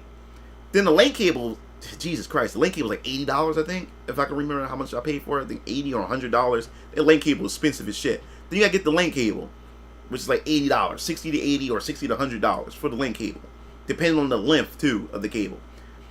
So you gotta get a headset, you gotta have a good PC, and you gotta get the cable. So it's pretty expensive. And then you gotta buy the game, the Half-Life Alyx. But once you boot that shit up, man, fucking perfect, man.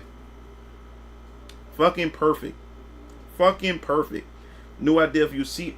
So, Mugen Lord, no idea if you see this, but I appreciate the balance you bring to many conversations. Thank you for being level-headed. Oh, no problem. ... I mean, okay, it's a gamer movie. For real, I still have the HD trilogy on PS3.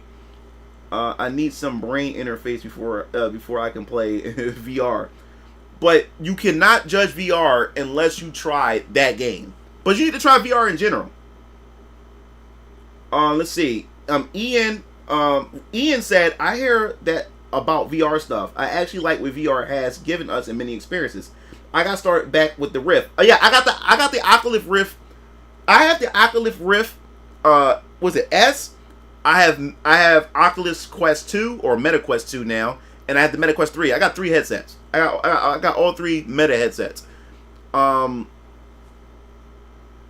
So let me see, and then we have and then Zoomer says, just saw your latest video. Really appreciate your take. It opened my eyes when it came to this as a 19-year-old that started getting into the retro gaming and pop culture a couple years ago. No problem, Zoomer. No problem, bro. Also pre-order. I got a pre-order. I'm gonna pre-order the MVC collection next week. I got because bills are coming up. I never spend money on games or pleasure or anything until bills are paid. Bills are coming up next week, so once my bills are out the way, and then I'll start pre-ordering stuff. So yeah. Oh, thanks. Yeah. Oh, thanks, Leon. He said you better be getting Dragon Ball Sparking on Steam and not PS5. I need to whoop your ass online and fight for who has the better hair. Shut up, Leon.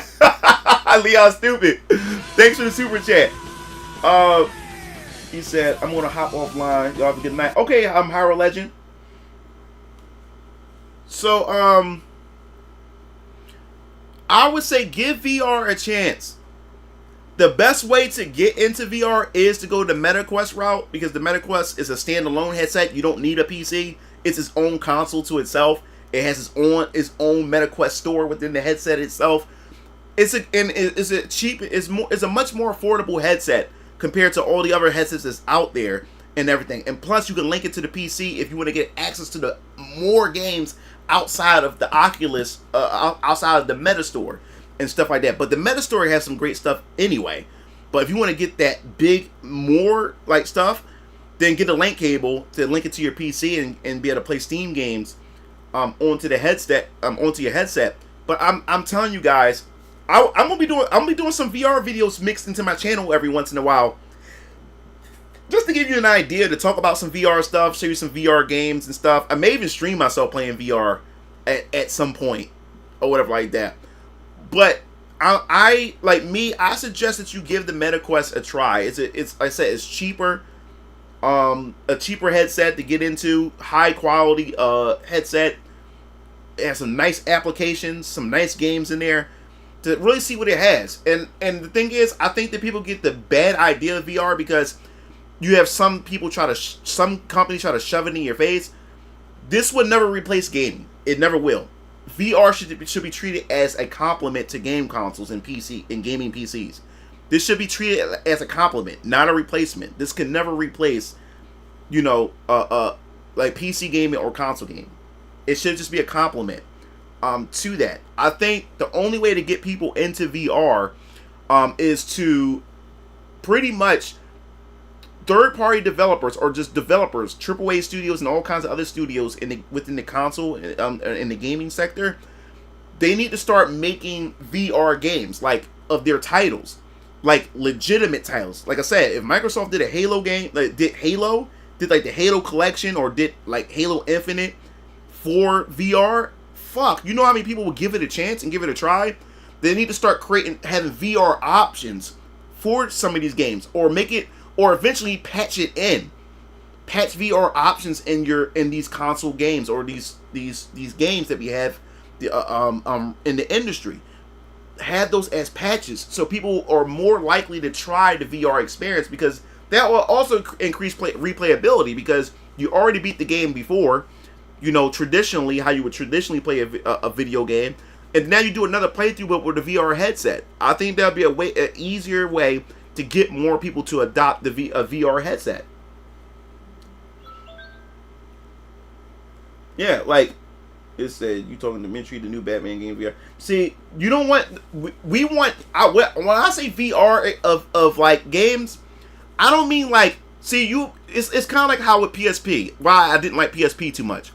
Because when PSP came out, right, PSP, I love the PlayStation, the PS1, especially the PS2, and I was expecting the PSP to give me that PS1 experience, great titles.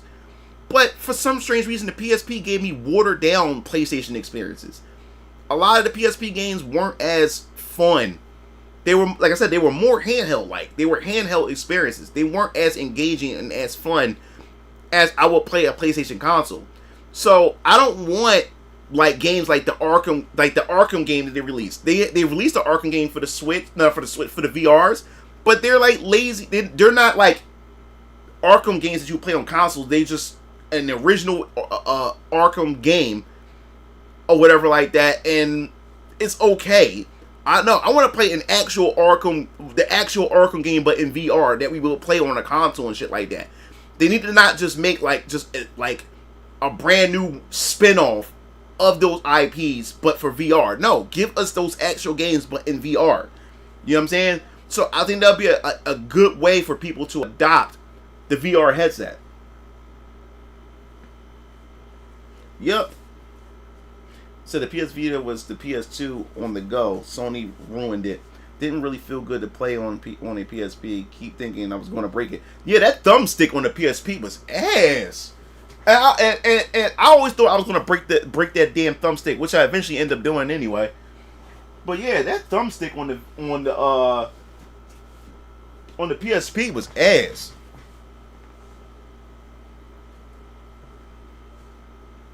Let me see. He said, I love my JRPGs on the PSP. Yeah, I was... Alright, Leon, thanks for stopping through. What's up, Loyal? Yeah, I didn't care for my PSP much. I didn't really play it. And when I did play my PSP, guess what I was doing on my PSP? I was going to the PlayStation shop buying PS1 classics. I bought Xenogears. I bought Final Fantasy 7, 8, and 9. I was just buying PlayStation 1 games, just playing on my PSP. I didn't really care much for the PSP games. Did someone say Clover Studios? Oh yeah, Emoki-chan is right. PSP was the Monster Hunter machine. That's all my brothers and them played. My brothers and their girlfriends had played the Monster Hunter games. It is nothing but a bunch of sweaty niggas that would just come. It would sit in one room with PSPs, and eventually our girlfriends got involved and wanted to play, so they got PSPs and started playing Monster Hunter. But I didn't really play much Monster Hunter on the on the PSP much. I got bored of Dissidia because, like I said, I wanted to play multiplayer, and no one really had a PSP. Like, that's another thing. People talk about how great the PSP was, but I didn't know anybody outside of my brothers who had a PSP. I knew nobody else who had a PSP. I knew a lot of people who had DSs and 3DSs and stuff, but when it came to PSP and PSP Vita, I knew nobody. You would walk outside and go to the park or go to a GameStop or be in the mall, and you will always see somebody will pull out a 3DS or a DS. I not one time ever in my life ever see anybody out in the street or out in the public space pull out a Vita or a PSP? And Leon said that's because the DS straight bodied the PSP. It did. The whole neighborhood had a PSP when I was a kid. No one I knew had a PSP. Everybody had DSs and 3DSs. Yeah, that was the other problem that I had when it came to like the Cydia or multiplayer games. I knew nobody who had a PSP, but my brothers and their friends, because we all bought a PSP around the same time together because we knew what games we were going to get. But you would never walk out in a public space and see somebody whip out a PSP. Oh yeah, when the 3DS came out, and then when they announced Ocarina of Time 3D, oh my god, I was on that shit quick. And that was the first video game that my girlfriend in college played.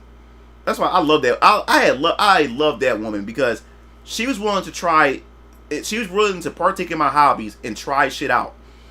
She never owned it. She never had a 3DS. I had the 3DS XL, and what I loved about her too was she knew when I was hanging out with the guys. I let the guys do let my man do his thing with the guys and stuff. Or when she knew that I was like really busy playing the game, she wouldn't bother me. And what I liked about her the most is she would just sit in the room. Like her presence alone was good enough. Just her sitting there doing her thing, just being in the same space with me was good enough. So when she knew when I was playing my games, she wouldn't nag me, she wouldn't bother me. She would read her book or get on her laptop, or she would put her glasses on and stuff like that and read and stuff like that and sit on my bed and do her own thing and stuff. And then when we were done with our things, then me and her would come together and stuff. But what I liked about her too was she wanted to do the things that I do. So I gave her my 3DS to try out Legend of Zelda Ocarina of Time, and that was the first Zelda game she ever played, and really like the first video game that she ever really touched, because she didn't really do video games like that. And she beat it. She beat it. I thought she was going to have a hard time with the water temple. No, she beat the entire game. That woman beat the entire game. Like, she was so invested in it. That's what I thought it was so cute.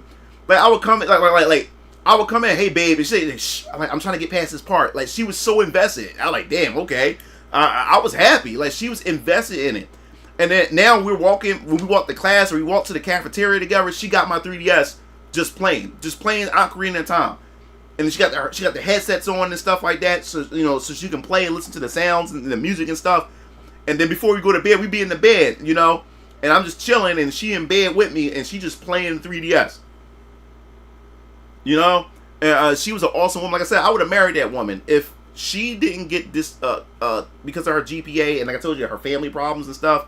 And then she ended up getting dismissed from the school because of her GPA. She had a low GPA because of she wasn't going to the classes and stuff because she had family problems. And then once she went home, it became a long distance relationship, and I broke it off with her. But I would have married that woman. We probably would have had like 4 kids already or whatever. But she was amazing, and she wanted to try everything that I tried, and she literally beat it. I was so proud of her when she beat Ocarina of Time on the 3DS. What was the best Zelda title for you? What's up, Chaos Edge? My best Zelda title. Damn, man, like, y'all be asking too many good fucking questions, and these are questions that you just can't fucking just answer. You have to really put thought into them. I would say it's always been a fight between Wind Waker and Ocarina of Time. And a long time ago, I would say Ocarina of Time would be number 1, but I would say now it would be Wind Waker. Wind Waker was one of those games that you never judge a book by its cover. We already talked about it before, how everybody was shitting on Wind Waker when it was first announced and revealed, because I was one of those people. But I bought the game anyway because I was a Zelda fan, and that game just took me by surprise. Fell in love with Wind Waker. And then second place would be Ocarina of Time. Third place would be, for me, I'm talking about the 3D Zelda games. I think third place for me would be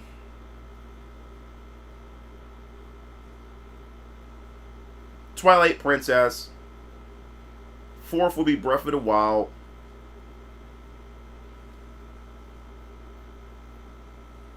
And then I said the last one would be. I hated Majora's Mask because of the Doomsday mechanics. Hated that shit. Yeah, and Skyward Sword. Oh no, Skyward Sword. No, Majora's Mask would be last. It would be Skyward Sword, then Majora's Mask. Skyward Sword for me. I didn't really like Skyward Sword too much. It was too much backtracking. The pacing was horrible as far as story is concerned. And they overutilized, they reused a lot of the same dungeons. Like some parts of the dungeon wouldn't open until you get a certain item, and then you have to go back and revisit that place to further explore certain areas. But the pacing of the game was not great to me. It was an okay game. It wasn't one. It was, and I guess what ruined the experience the most for me was motion controls. I did not want to play with motion controls at all. Just give me a controller and let me play Zelda. So that wasn't really like one of my favorites. Twilight Princess wasn't a disappointment for me because that game felt more like a rehash of Ocarina of Time a little bit, and you spent too much time as Wolf Link. You spent a good portion of the game as Wolf Link. I hated Wolf Link. I hated the gameplay and everything. Also, the ending was disappointing. The final battle was disappointing. That was like a rehash of Ocarina of Time, but this time you just fight Ganondorf, sword to sword combat, and I had it for the Wii, so waggle controls and shit like that. But it was a dark story. I will give it that. So I was too young for N64. Did you see the leaks for Wolverine, Jean? Well, I seen the first leaks rolling Dodge for the Wolverine game, and Jean looked horrible then. Even with the art, she looked horrible. So no surprise. I hated Wolf Link. I really did. Oh, except Nova. I think I said Nova, except Nova. Speaking of Zelda, have you seen the N64 Recomp tool? Is a program that makes N64 ROMs native PC apps, meaning their source code can be edited, and there's remasters for Zelda games. Yeah, I saw that. I saw somebody pass it around on Twitter. The Wolverine game's like a rehash of Spider-Man because it is cold. It is, and these Sony fanboys is gonna gobble that shit up. Yeah, it's stupid. That Wolverine game is gonna be stupid. I'm telling you, that shit gonna be trash in my opinion. I'm good. I'm not buying it. So the howling was cheesy, but I like the intro and Link howling at the castle. Yeah, the intro was pretty cool, but I wasn't really too invested in that one. No, it did have. I would agree. Twilight had some nice moments. Nintendo ninjas are coming for them. Exactly.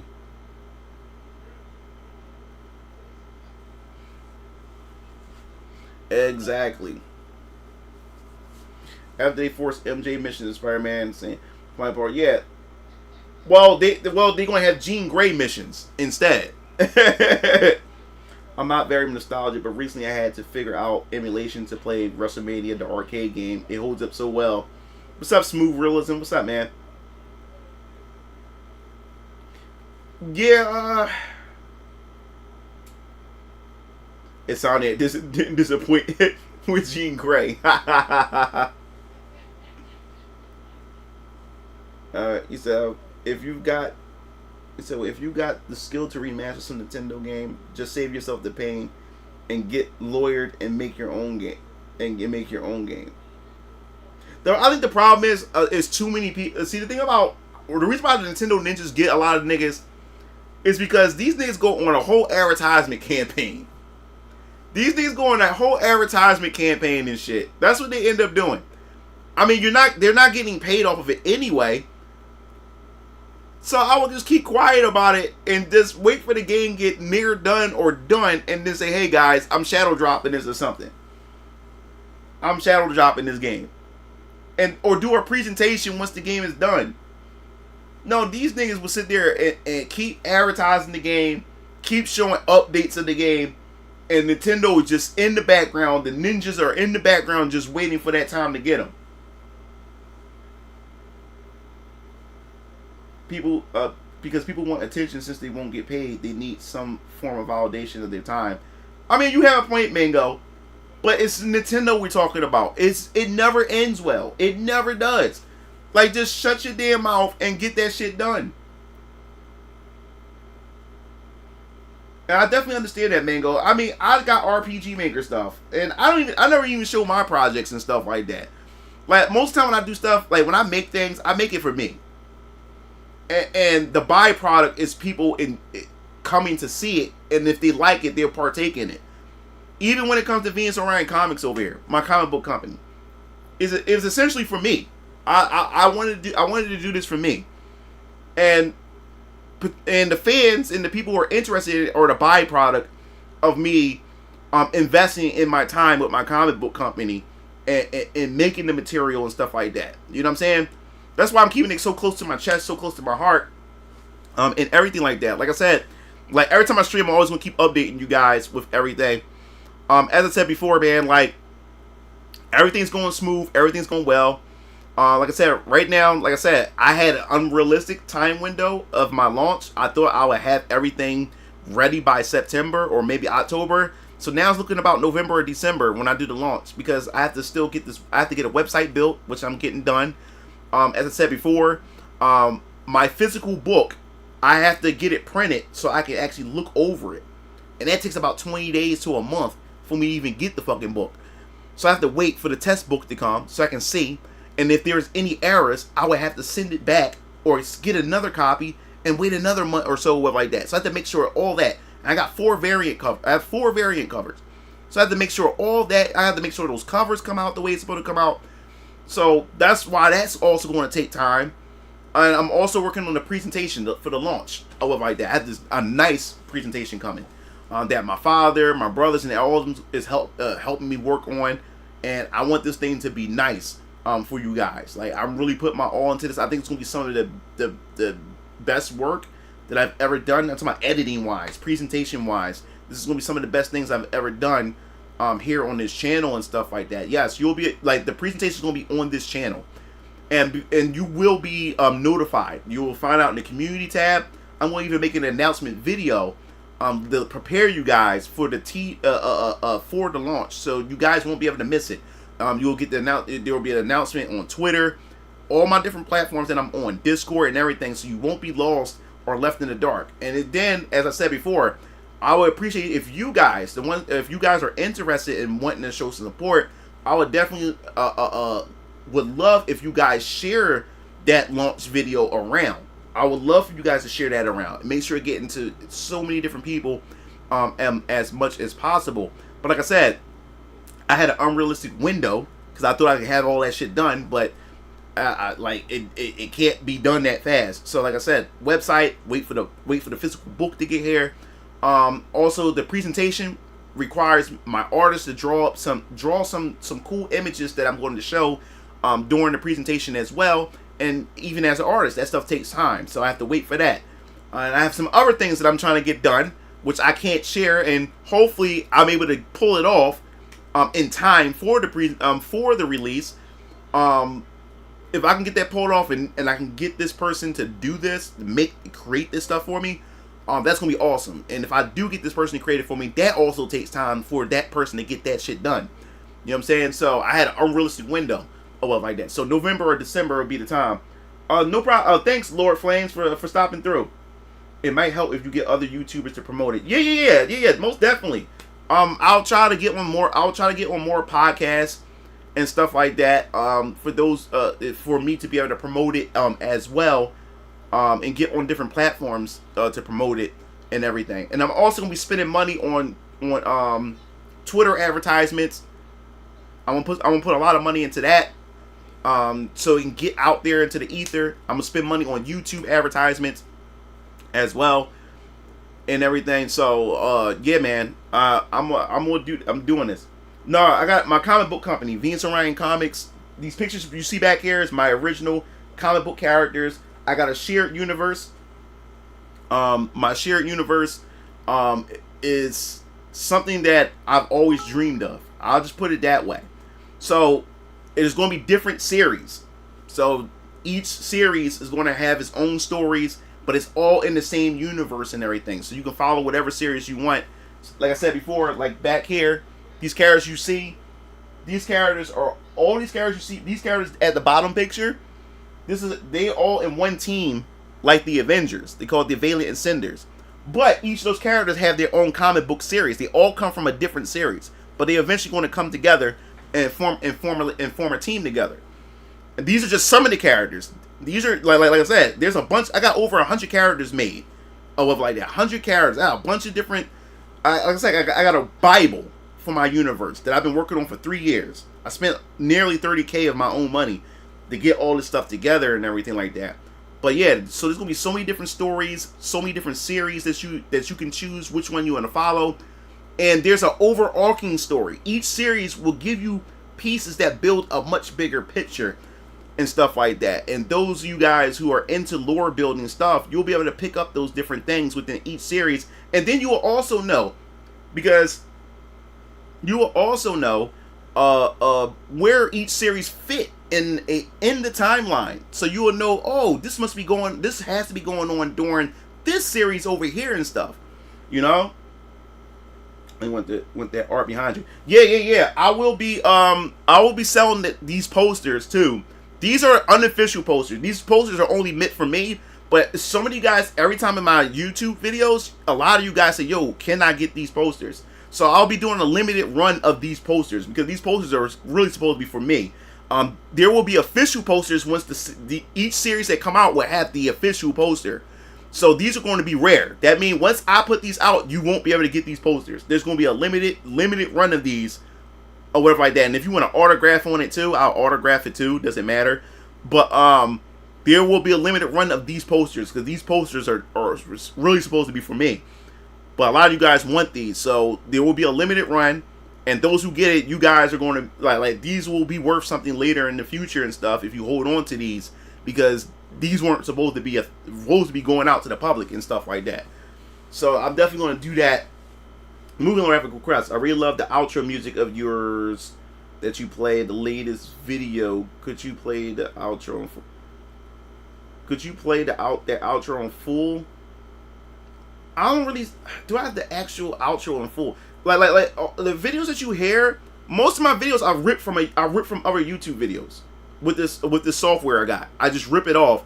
And some of these videos, some of those songs you hear, I had for like 6 to 8 years. So I don't even know the name of the actual song, because I just ripped it up off a YouTube video that I heard that had the track. Oh, what's up, Colin? Speaking of ads, YouTube ads is crazy. I get a break every 5 minutes. Yeah, YouTube ads are getting crazier and crazier. It's because YouTube, man, YouTube is still not profitable. Why? And people say, not profitable. What do you mean? YouTube is a big company, and YouTube has what, over 1 billion users? You know how much it is to maintain those servers? That shit costs a shit ton of money. So that's why they have to get advertisers and stuff like that. YouTube is hard up for money. So now you want to start seeing more ads so it can force you to go into their premium and pay for their premium stuff. That's why it's constant. That's why you've seen a bunch of ads.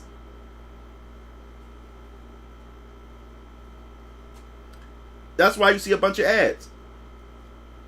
It said, doing Disney. I said, oh, what's up, Sprigging Girl? Oh, what's up, Sprigging Girl? So I saw your video about Baldur's Gate 3 Hypocrisy, and you speak the truth. Oh, thanks, Sprigging Girl. I guess you watch Sprigging, or you're a fan of Sprigging. Oh yeah. The Baldur's Gate 3 Hypocrisy. That video is the reason why. Besides the video that I made about the Western depiction of female characters versus Eastern depiction of female characters. Besides that video, the Baldur's Gate 3 video is the reason why I blew up in subscribers, was because that was the video Asmongold found me. Asmon's Gold camp seen the video and shared it and gave it to Asmongold. Asmongold reacted to it. His reaction alone blew my channel the fuck up. I go in the comment section. It was so many Asmongold fans who subscribed to me after he reacted to that video. And my goal was to make a video that resonates so much that Asmongold had to see the video, and it worked. They do. When I went to bed, I got a notification on my phone saying Asmongold responded to your video. I was like, what? I looked, it was the Baldur's Gate 3 video. And that was a week later after I dropped the Baldur's Gate video, I believe. And when Asmongold reacted to that video, that shit did wonders. And Melanie Mac's response, looking at one of my videos, blew me up too. It was like, it was just crazy. You know, Razor Fist, Solid Rev, but the main two people that really blew me up was Melanie Mac and Asmongold. I appreciate everybody, but those two I definitely appreciate for allowing people to find me, because what I appreciate about you guys, you'll all say this in the comment section. Said, dude, like I had, like, God bless the algorithm. I'm glad the algorithm sent me to you. And a lot of people say, yo, like, how the fuck I did not discover this channel a long time ago? I love comments like that. It shows that that my voice or what I say resonate with a lot of you guys, and I really appreciate that. You get what I'm saying? And when I see comments like that, it really like, man, what I do is worth it. You know what I'm saying? You guys like to hear my opinion, and what I like the most is like how a lot of you guys say that, you know, my content help you get through your day, or my motivation. I motivate a lot of you guys to start going out and actually trying to improve on yourself and chase your dreams and stuff. And that's all I want for everybody. It's just, I want to see people at their best. I want to see people at their peak. You know what I'm saying? And if I can help in some way, just by at least motivating you guys, I'm trying to speak life into you guys. You know, and I also want to see, want to show you the lighter side of life too. And I also want to break you out of this whole thing that's going on in the culture war right now, where everybody is so uptight, people are so frustrated, so angry. And I'm trying to teach you guys, don't live through life being angry. Life is too short, man. Tomorrow's never promised to us, so you gotta live life to its fullest and live the best life as possible and stuff. So learn to enjoy life. And I want to tell a lot of you guys, social media has really done us harm. It's done a lot of damage. Our smartphones have done a lot of damage to us. We spend a lot of time on these smartphones. We spend a lot of time in front of our computers and stuff, and we don't go outside to interact. Today's generation don't interact with each other. They don't know how. That's why a lot of them freak the fuck out when somebody has a different opinion, because we, in this new generation with social media, we allowed to create our own echo chambers. And now since we have our own echo chambers and stuff like that, any opposition that you receive from somebody else, you see it as oppression, or you see it as bullying and somebody attacking you, when people are giving violent criticism or just have a different opinion than you and stuff. And that's really, really bad.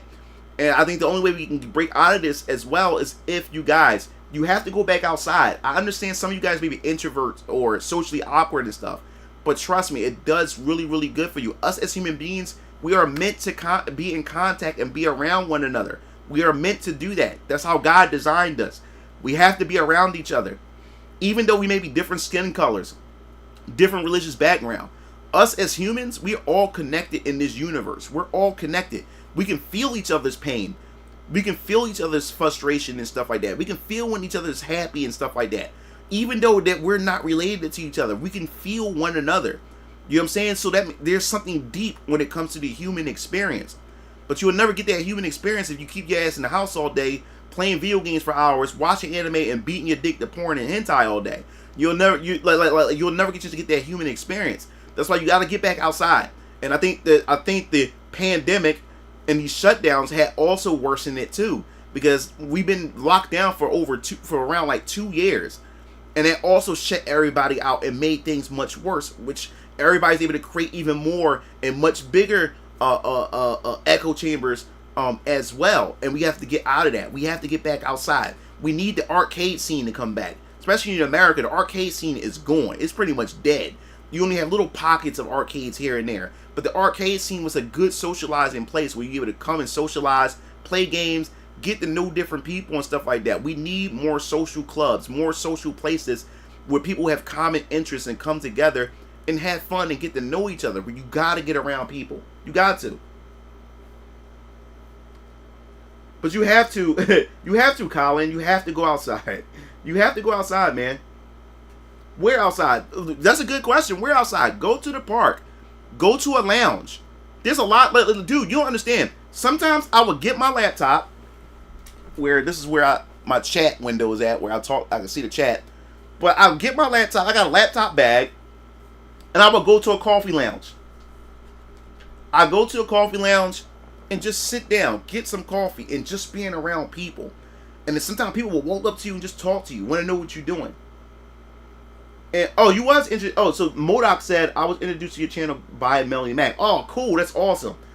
He said, I don't know, man. How can I trust you? Twitter tells me you're a picky Negro. And as we all know, nothing on Twitter is true. Leon is stupid. Leon is stupid. But no problem. Thanks for coming through, Colin. There's libraries. There's a lot of places you can go to. Find out if you have a local for fighting games. If you're into fighting games, find out if you have a local. Or if you got a car, find out if there's a local just nearby you that you can drive to. Get out. Go somewhere. Like I said, go to a lounge. Bring your laptop. Go to a lounge. Read books. Do something. And who knows, you might even find a girlfriend while you're out. You don't know. One day you could be doing something and she'll just come to you and just say, hey, what are you doing? Like, what are you reading? Or what are you doing? And next thing you know, you straight up a conversation and next thing you know, she's your girlfriend. Go to the gym. You don't know how many dudes got their girlfriends at the gym because she's watching your development. You know, you start out as a fat fuck or you start out as somebody skinny, and then the whole time while you're at the gym is always that one chick that's watching you. She's watching you improve. And the reason why she's attracted to you because she sees, if you're constantly at the gym and she see your transformation, that means you a dedicated motherfucker. You a dedicated nigga. Because she's watched your transformation. She watched your development. And one day while you're working up, she's going to walk up to you and then ask and try to strike up a conversation. Or she's going to get in front of you and bend over because she wants you to see, she wants you to look at her. Or she's going to find some way to talk to you. And before you know it, bam, you got a girlfriend. Or who potentially might become your wife. You don't know. You won't know unless you go the fuck outside. Go outside. Go outside. If you want any good things that come your way, and come in your way if you sit in the fucking house all day. The more people you connect with, the more opportunities. It's all about opportunities. Because we always have a lot of people that talk about, you know, we don't get opportunities because I'm this color, that color. What I did learn as a person of color, the more and more people I got to know, the more and more opportunities came my way. Because there's always somebody out there that's willing to help you and want to see you get ahead. But you will never be able to do that if you keep your ass in the house all day. The more people you know, the more opportunities is presented before you. You have to form bonds. You have to form connections with people. That's the only way. That's the only way to do that. Get the fuck out the house. Start by going out the house once a week at first. You have to have a destination. The best way what started me getting out the house the most is when 5 or 6 years ago I found I had high blood pressure. I had to lose some weight. I lost like 25 pounds and shit like that. And I did that by walking. I started walking 5 miles every day. 5 miles every day. And now I'm walking around my neighborhood. I'm walking around my city. I'm going to Center City. I used to walk sometimes twice a day. When I was hardcore with it, I would walk in the morning, then I would walk in the evening. Cause I had walker's high. I got a high from walking. Because it sends out all these endorphins and all these feel-good hormones when you go out walking and stuff. It keeps your mind busy, keeps it productive and everything. So I started really getting into walking. So I would walk in the morning, I would rest, take a shower and everything, then I would put my gear back on and walk out at night. I got my phone, I got my AirPods, I listen to some anime music, some chill hop sometimes, I listen to some 80s rock or whatever, or some or instrumentals or whatever, and just walk the city. Do my walk, and I'm burning off calories, I'm losing weight while I'm outside being around people and letting the air touch me, and I'm breathing the air. I'm around people. That's what you got to do. We weren't designed to be shut in. God didn't design us this way. We weren't designed to be in the house all day. We weren't designed sitting down all day. God designed us to move around and be around each other. He said, man, I'm outside every weekend. It's like shorties everywhere. What's up, Dante? I hit the gym 5 days a week. Yeah, man. Gotta get your ass outside, man. Take those walks, man. Like to get used to taking a walk, what you should do, if you're sitting in the house all day and you watching anime, pause your fucking anime after every episode and walk around your block. Do one lap or just do one walk around your block and then go back in the house. Do it every episode. They do after every episode and walk out your house and go around the block. It starts like that, and you will be surprised how many calories you burn by keep doing that. And then once you get used to it and stuff, then you start being encouraged to just take a walk, period, out the house. I be going outside. I just don't know why people like to stay in the house, like sun gazing. Need to stop doing everything just to get girls. Focus on yourself first. Exactly. Dudes just want sex all the time and have some self-control. That's a good idea. Do that. I'm telling you, these are techniques to try, man. The hard part is actually doing it. You got to get your mind to do it. This is what I learned from Jordan Peterson. The moment your mind gets to start making excuses, like start making excuses when you're starting to convince yourself not to do something and you start making excuses, when your mind get into that mode to start making excuses of why you don't want to do something or to procrastinate, to put on hold what you should be doing, that's when you should do it. The moment your mind go into that, well, I could push that into tomorrow because I can do this instead. The moment your brain get into that, go out and do it. Do it. Because that's your brain trying to convince you not to do it. People do healthy stuff for the wrong reasons.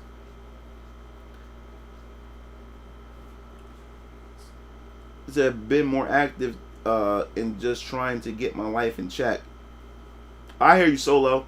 I started out as a cart pusher, and that got me going 315 to 195. Love walking. Great. I think if you do a good thing, it doesn't matter why. Ends just justifies the means. I tried going out with friends recently and hated it. Being in my room is where I'm truly most comfortable. Yeah, you have to break that, Matt. I was like that too. My brother Keo and them said, bro, like, why don't you come with us? Like, no, I don't feel like going nowhere. And when I took my brothers and them advice and ended up going out with them, I was like, oh shit, like I needed this. I needed this.